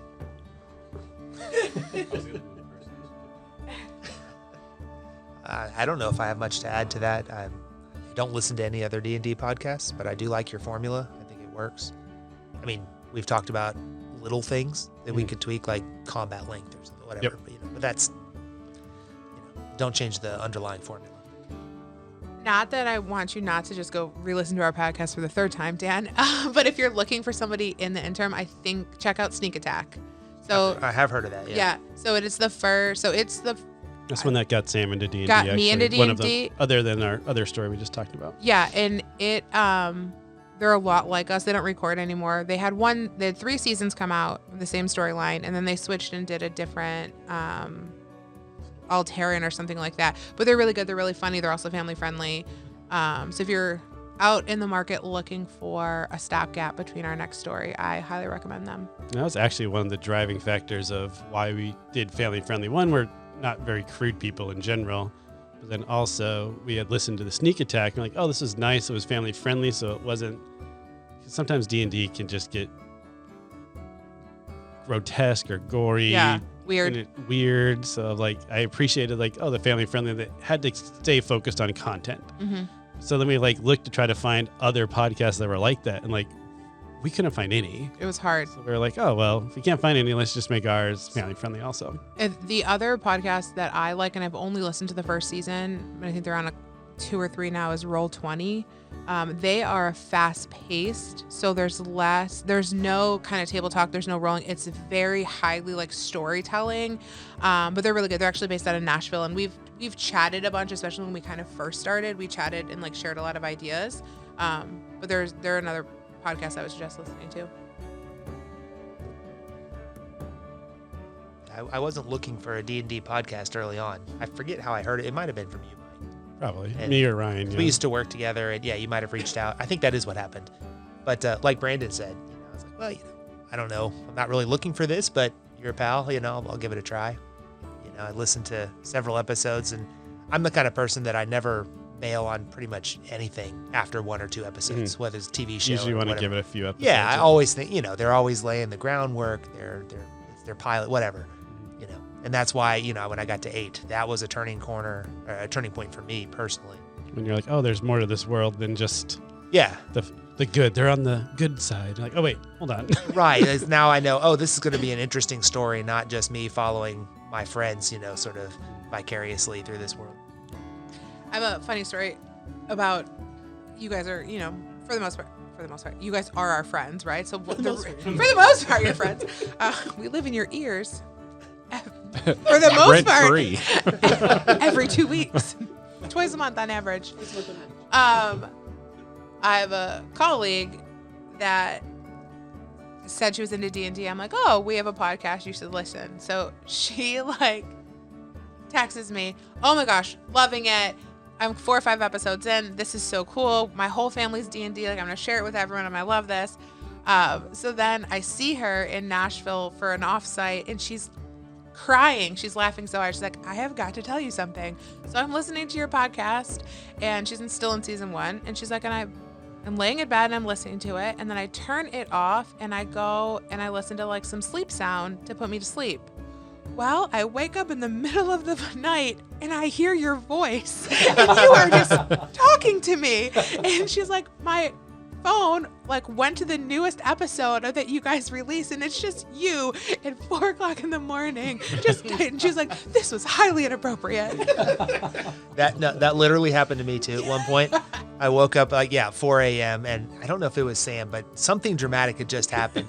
I wish I could remember the details, but I think it might have been when Halara died. It was, and I just heard like a snippet of something dramatic. I don't know what's happening, but I gotta listen to this. But it was a weird Your experience. favorite character dying. I know. Yeah, I was sad. Oh no. I can't handle this right now. I will say that's one thing I hope in the next storyline we can dabble more with, and going back to Anne's like grid. We've always played good characters, but when we did the flashback, we got to play evil characters. Like Halara was evil. Halara didn't really know he was evil, right? Like he was just trying to survive. But like being able to play more evil neutral, like good characters, I think will be a lot more fun. It will be fun. Yeah, and that's when I was writing this story. You're talking about evil characters not knowing they're evil. That's what I loved about this story and stories in general is very rarely you're actually going to have a person that's like, oh, I'm just going to be evil. They're either think they're on the right side for what their beliefs are. It's just not the right side. Or like Damien, don't have the emotions attached to it. So like they don't even understand that they're being evil. They're amoral, I guess is the term for that. But yeah, it was fun throwing you guys in to be like, hey, be more darker characters and let's play with it. Is there like a character type or class you want to see us try to play next season? Good question. As we're trying to figure out our characters for the next story. I mean, I purposely did a bard for season 1 because I was like, they can be goofy and funny, and you know, I try not to play like the Debbie Downer character for season 1. I will commit to not playing a ranger. A ranger elf. Right. I will not play a ranger elf. I don't know the universe of possibilities here or anything, but I do like Ryan's characters. Like as a class, I think yours are the most interesting and creative. Well, he's had so many. I've had so many. Well, Yeah, a lot of like opportunities, but they were bard, all good. assassin, sorcerer. Well, Woods and Vaso just get boring after a while. That's why we have plus 14 to things. Well, I felt like I was familiar with your all's classes. I knew generally what it was doing, but I often was not familiar with Ryan's character class. Yeah, especially the Tabaxi. That was cool. Right. I didn't know that was an option. I was like, Yeah. It was Tabaxi's newer. yeah. It was one of the more recent releases. Yeah. Who wouldn't want to be a cat playing a musical instrument? With a feather in his A cap. feather in his Genius. cap. Yeah. Yeah. It's fine. With that, do you guys, I'm curious from the listener's perspective, if you like high magic worlds or more low magic worlds? Because I hear both routes, because some people are like, oh, high magic, it's fun, it's different than what I normally would see. Then I also hear people that are like, it's hard for me to relate to a high magic world because it used to be solved with magic, you know, like. So I'm always curious what listeners prefer, high magic or more traditional medieval. I think magic is one of the things that makes Dungeons & Dragons. Okay, so you like the higher magic? Yeah. Yeah, and I feel like everybody who participate, like all of the players and you, Michael, too, like you're all very thoughtful. I have a hard time imagining you guys playing someone who's not relatable or not compelling. Yeah, as long as the magic's not like a Deus Ex Machina type situation, right? Oh, there's a spell for every problem, right? Yeah. That's lame. But yeah, like definitely the agree that MCU part of got it. like that. Yeah. With like time travel. Like, yeah. We talk about that all the time. Sorry. Because we're nerds. Sidebar. Michael and I No, I literally agree, we sit on the couch and have conversations about the MCU timeline. I don't want to play, and we've had this conversation. I don't want to play in a world that has guns. Like for me, that's just not something I want to do. Like I don't mind if there's a pirate that we meet that maybe has something, A musket. like a musket or something something. like that. But for me, I don't want to.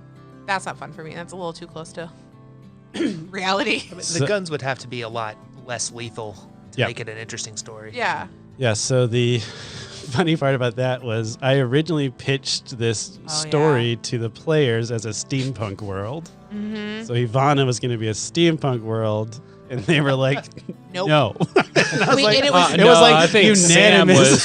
Sam was definitely Michael Brecky. I This is said, not what I asked for. absolutely not. I said, we are not launching this podcast with some weird thing. We're going high magic, fantasy, spells, basic classes. We'll hook them first, and we can do weird I literally was like, we do weird later on. Yeah, you're not wrong.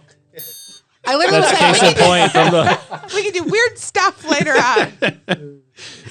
So that's actually why Dorm was a little bit more steampunkish with their cities, because I was like, dang it, I want to get this in. The like traveling cities. Yeah, the traveling cities. And I was like, I'm going to get this in somehow. I'll do it in the other world. Yeah, that's not, I don't know. I like high fantasy, medieval, like, I just like it's the fun. It's the part that I want to escape to. Got plenty of the real world. Yeah, I got plenty of the like that was the other thing, like no electricity. Like that's not something I want to build a campfire. Oh, I guess this is a good question.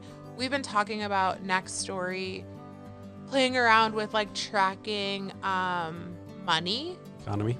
Like having some sort of an economy and like us having to keep track of how much money that we have and actually buying stuff. And do you guys feel like that would be interesting to listen to? It sounds, I don't know. I mean, again, like, I mean, I think you guys could make it interesting. And if it's not, you'd probably cut it out of the episode. We just forget about it. Just introduce it and be like, and what's going on over here? Cut to like 3 years later, Dan being like, so up at season 1, you guys were tracking money. And then all of a sudden, like, were you just broke or really rich? Or Woods' arrows. Yeah. I tracked all of my arrows. Look at That's why your notes are so messed up. All of her notes are just arrows. Yeah. Look, I had 500 arrows. No, I had 40 arrows. Started with 283. In your bag of holding. In my bag, I had an extra quiver in my bag of holding. It's not my fault. They just gave me a bag of holding, and no one checked to see what I was putting in it. You specifically said you had 40 at one point. Yeah. See? I remember. Yeah.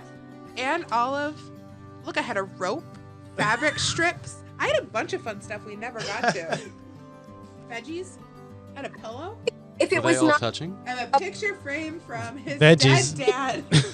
Veggies, that's because you were a vegetarian, right? For one episode. Kevin. Kevin. I had a picture frame of Kevin in my bag of holding. Oh, God. What was the original question? I don't know. I think if the Money was tracking. not, like, The tracking. a very important, like, if it wasn't driving the story, but it was just something to keep people accountable. But I don't feel like, at least in the season that just, or the story that just ended, I don't feel like you guys were like wild spenders that needed to be held accountable to a pocketbook. Yeah. I do agree with that because I remember like early on, like the very first instance where you guys were like, oh, and then we like pay with, like I assume we have money, and Mike's like, oh yeah, they're like, oh, just pay, but there was no tracking, and I was like, oh, that's weird. And then like as it progressed, like there were like a few more instances of that, but like it was never abused. Yeah. So I don't think that like it really, like if you guys really about all these guns, knives and swords and bow and arrows. Well, 99% of our enemies were Denoa that never dropped loot anything, or yeah. anything on them. So trying to find that out adventuring Right. wasn't possible. So you did a good job of like, all right, here's some magical stuff, you know, that you can have. That's kind of that's just given to you instead of traditional D&D. Go and fight the. Yeah. Surprisingly, in our personal life, Mike's like, it's fine. He doesn't hold me accountable to money. It's a problem. That is the problem. Wait, is that why you want to do it in the story? Do you wanna It's actually just micro dosing for you. Pull out your checkbook. My character has an actual checkbook. I got a balance. I have a budget. All the other players don't have anything. An allowance. He makes me return things I'm not using. Careful, Mike. I'm in the red. No, but in all seriousness, I do agree with your all sentiment. Like the money, I think it would be distracting to track it. But I do want to follow up that I think the items are maybe underused. Sam's bow was OP. I think that's fair. Yep. There were a handful of other magical items that you guys got, but I think you could do a lot of fun stuff with sort of incremental equipment gains. You know, magical equipment over time that accrues. Kind of what I was Here's a good wanting idea. to do. Inspiration. That's why I want to add in. I'm sorry. Inspiration. What did you want to say, Brandon? What was that? I said or inspiration. Your inspiration. Yeah. And that is one of the reasons that I wanted to add in economy is I wanted to next story try to add in more single-use items. So, like, they never have healers typically. They have some healers this time, but not a lot. So it's like, let's try to add health potions or maybe magic scrolls, stuff that might be fun for them to use and interact with. But then I need a way to limit that to this not just always available, because then that just becomes the +2 sword or the bow that's got a +14. You know, like trying to figure out a way to combat that. Speaking of money, which has nothing to do with money at all, we were talking about inspiration. I think, hear me out, when you guys start the next season, Ryan starts out with inspiration. And here's why. He uses the last spell slot for cure wounds for Woods. Or in that episode, you can call me Sam. Sam, yeah, Sam. for Sam. Yep. I like it. I made a note while you were talking about other fun magic items. I have to remember the circlet of flying. With yeah. with Vasa. He Almost jumped in the river. Yep, almost He drowned. Hilarious. You could fly. Not to mention you had a dragon. You had a dragon that you could fly on. We're gonna do this the hard way. A circle. You- Immediately sinks. I like to All make set up things for harder success. myself. It was. There were several times I like crown. No, the What do you mean, amount, Halo? the I'm amount dead. of like things that we did in the studio, arms that were happening. That is one of the reasons I really want to try to figure out how to get like we've talked about like trying to do like a video aspect, not for like streaming live, but for Instagram. You know, like we could take a snippet of Ryan being like, Yeah. Come on. I feel like I was also always holding up my notebook. I was just flipping through. It says floor is lava. And I was like, up in the air. well, any other remaining questions or? All right, DM, give us the backstory on Damien. When did he merge, and why was he doing what he was doing? So Damien was an amoral character in both Ivana and in Dorma. He was very focused on solving puzzles and understanding everything that he could.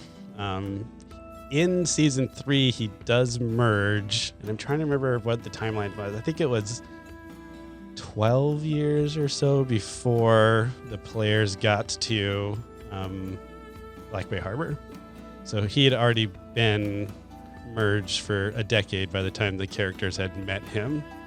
And then it was interesting because I didn't actually build the 4 generals until later.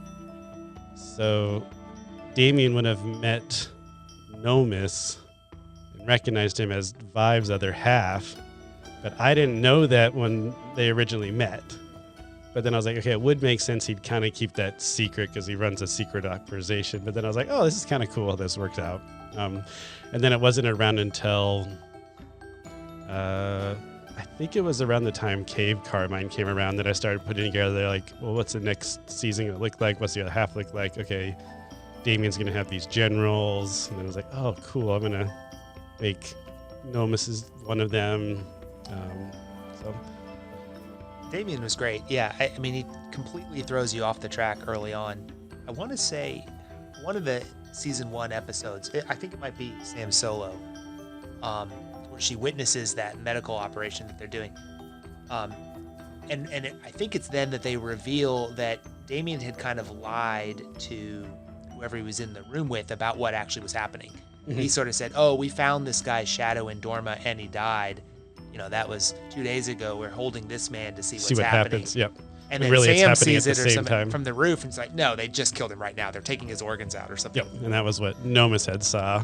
Yeah, there you go. And then That's what made me distrust. Yeah, because Sam was in the room, maybe. Yep, Sam was in the room, but she couldn't see them torturing the Dorma citizen, whereas Nomis was on the roof looking down at the scene, but couldn't see that there was a wall that Woods couldn't see what was happening in the other room. So from his perspective, it looked like Woods could see everything that was happening, I was so confused why, because like, Well, that's because you didn't listen to the episodes. well, yeah, because they were all individual. But then Yeah. like Ryan really like it felt weird because our whole bantering was not there. Like it was hard to play those episodes. It was hard for me too. But that's what Nomus would do. That's good. It was when it always felt right when Nick and I were fighting. And Ryan was like, they're just like trying to get us to get along. Like that's when those are peak D&D seasons. Yeah. Until he was contained. He's like, what is wrong with you Yeah, people? you're weird. I guess I have one more question for next storyline. When we're doing role playing at the table, do you guys prefer when we're like acting out in character, or just describing the actions, or does it not? Because we kind of do both, or does it not really matter to your preferences? I mean, I'm not expecting a full-on theatrical play. The way that you guys do it and mix it up is Yeah, it Okay. can be both. I don't know if we need to try to focus, especially for myself, need to focus more on the role playing everything out, or not. And what were you going to say? Oh, yeah. Sorry. I like, again, like asking about the grid. Like I like knowing why the player is making the decision, because I guess it helps me. Maybe it's my noviceness with me, or maybe there are more people who feel this way, but like I guess I want to know, like, is it the player making the decision, or is it the character making the decision? Oh, And gotcha. so I like hearing the player talk through what their character is thinking, because it helps. I don't know. Like I don't know.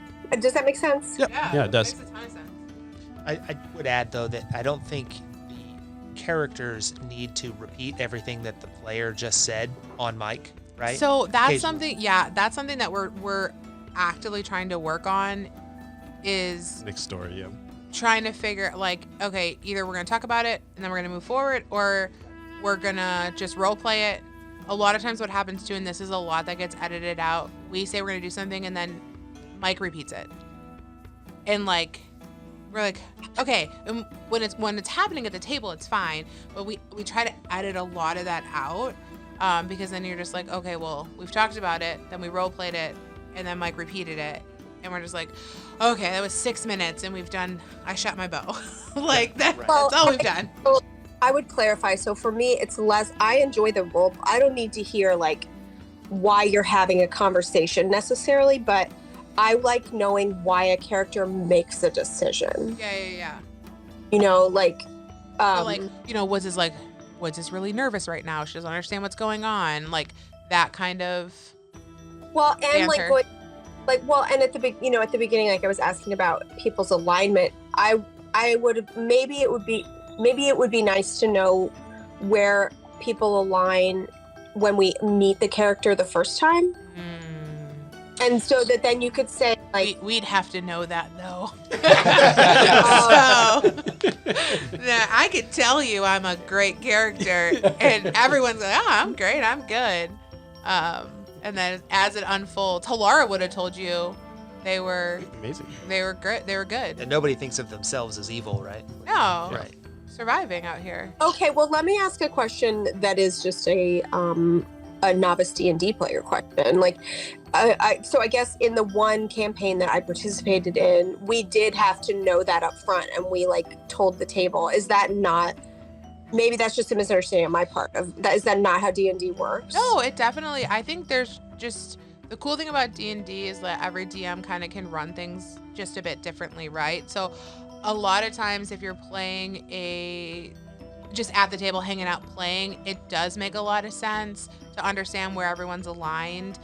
As a DM, to just check on people to make sure somebody's not gonna do something dumb and like be, just be like lawful chaotic and just wreak havoc for no reason. I think for us in this format, we didn't necessarily want to reveal that. We didn't know, to be fair. Like, again, Woods would have said she was lawful good. There's a lot of things that she did that was definitely not lawful good. threw a guy off a blimp. You know what I mean? Like, so I think it's just a mix, and it depends on the format you're playing and the DM. But I will say, sorry. That's fair because people are complicated. Period. Yeah. You know, but so that's why I say like maybe that's just the campaign that I played in, and because I mean I feel like in the campaign where I played, there were even moments where other people would be saying like, oh, I really want to do this, but my character is blah blah alignment, so I can't, or I feel like what my character really would do is such and such because of their alignment. And we talk about that a lot, like metagaming and knowing, like me as Sam knows X, Y, and Z. Wood only knows X, right? So I need to make sure the decisions and her actions are based off the fact that she only knows X. It's hard to do. Like, it's really hard to do because you wanna have a great story and you want to be a good person, but sometimes you gotta throw a guy off a blimp. Happens to everyone. It's Everyone. Yeah, characters can change for sure. I think our characters changed a lot. Mine totally did. I mean, Noma stayed the same 3 or the 4 whole time. times. Anybody have any other thoughts, questions? Well, I had a question for Mike. Do you use AI at all with like creating your? I have not yet. It might be something I'll look at tools for the next stories. Don't you dare. Episode summaries, maybe? Could do episode summaries maybe. But yeah, everything I've been doing. So I pull a lot of inspiration from, I am obsessed with stories. I just love stories in any sort of medium. So video games, movies, anime, books, podcasts. So I pull a lot of inspiration from the most random of places. So like this storyline, for example, was a lot of inspiration pulled from therapy. I'm sure he put that together. Also quantum mechanics. So quantum mechanics, you have electrons that can exist in 2 different spots at the same time. So I was like, well, that's kind of cool. What happens to it in the other times and that type of stuff. There's an anime that's called Twin Star Exorcists that has to do with like portals and stuff like that. And then Taoism for the yin yang of there's always a little bit of good, a little bit of bad. I was even talking to Sam, something that came up that at the very end of the very last episode, the Harbinger creation kept picking up golden orbs, not doing anything with them, putting them down and moving to the next one. Well, what was going to happen and what I was setting up was if Woods would have touched one of those golden orbs, she would have been like, oh, you know, he's watching his wife walk down the aisle. They have their first kiss, celebrate. His wife's walking down the aisle. They have the first kiss, they celebrate. His wife's walking down the aisle. And we realized that the Harbinger was trying to capture all these positive emotions, but at the same point, he was just sticking people in the state of their best memories. And even though it was their best memories on repeat for eternity, it's going to get stagnant. So the idea that even all good is still not right. Like you need ups and downs, you need wanes and waxings. So that was a lot of inspiration pulled from like Taoism in that sense.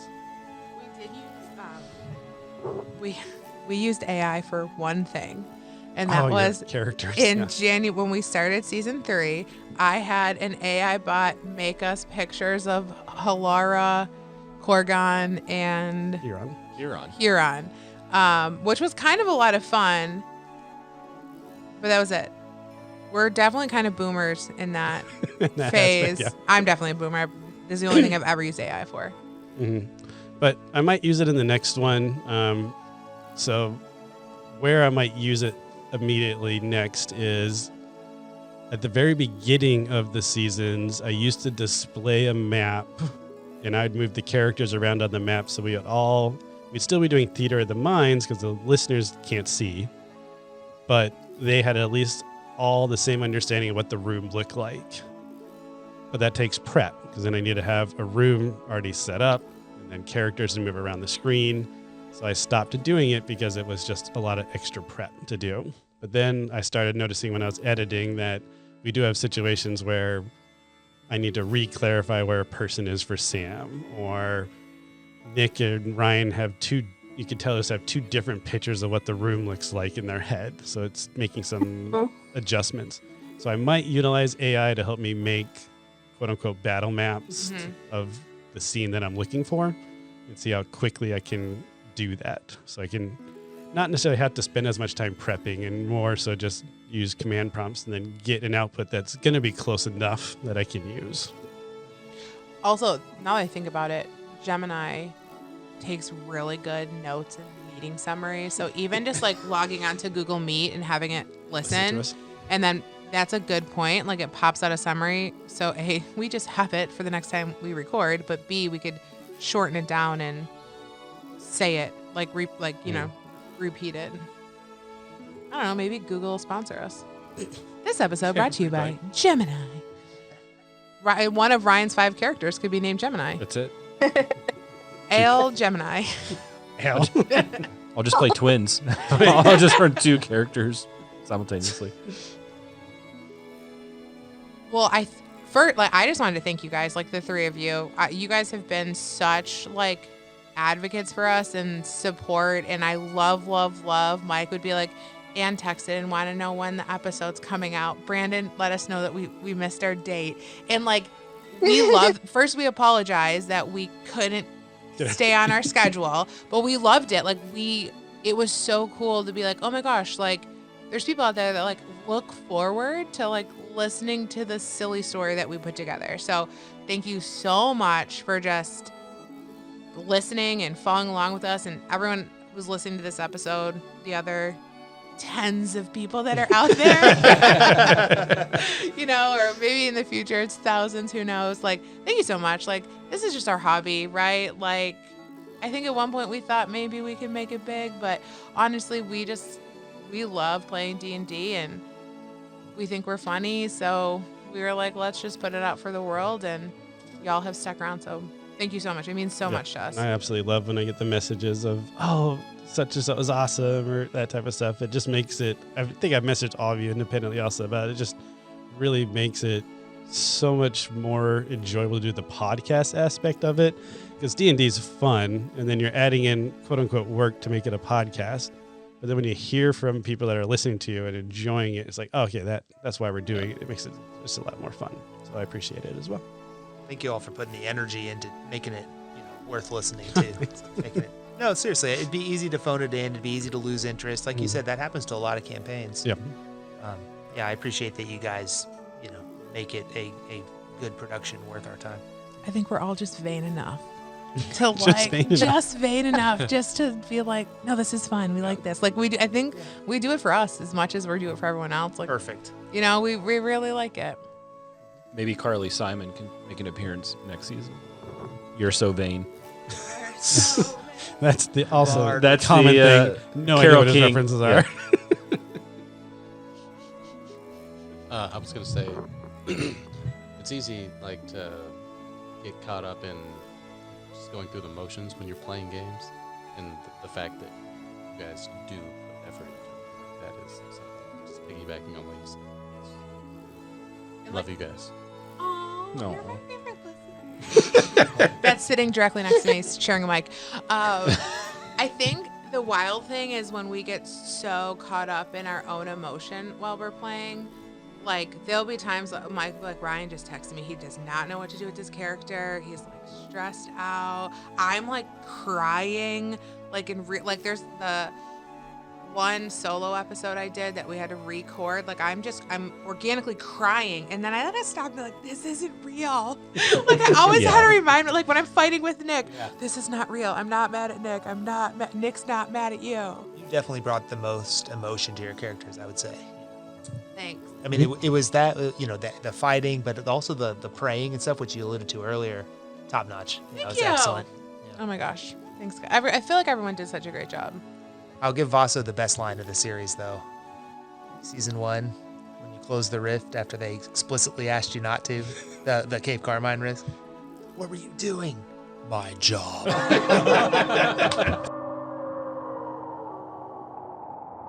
as this story pulls on your soul. In the end, we hope it is full.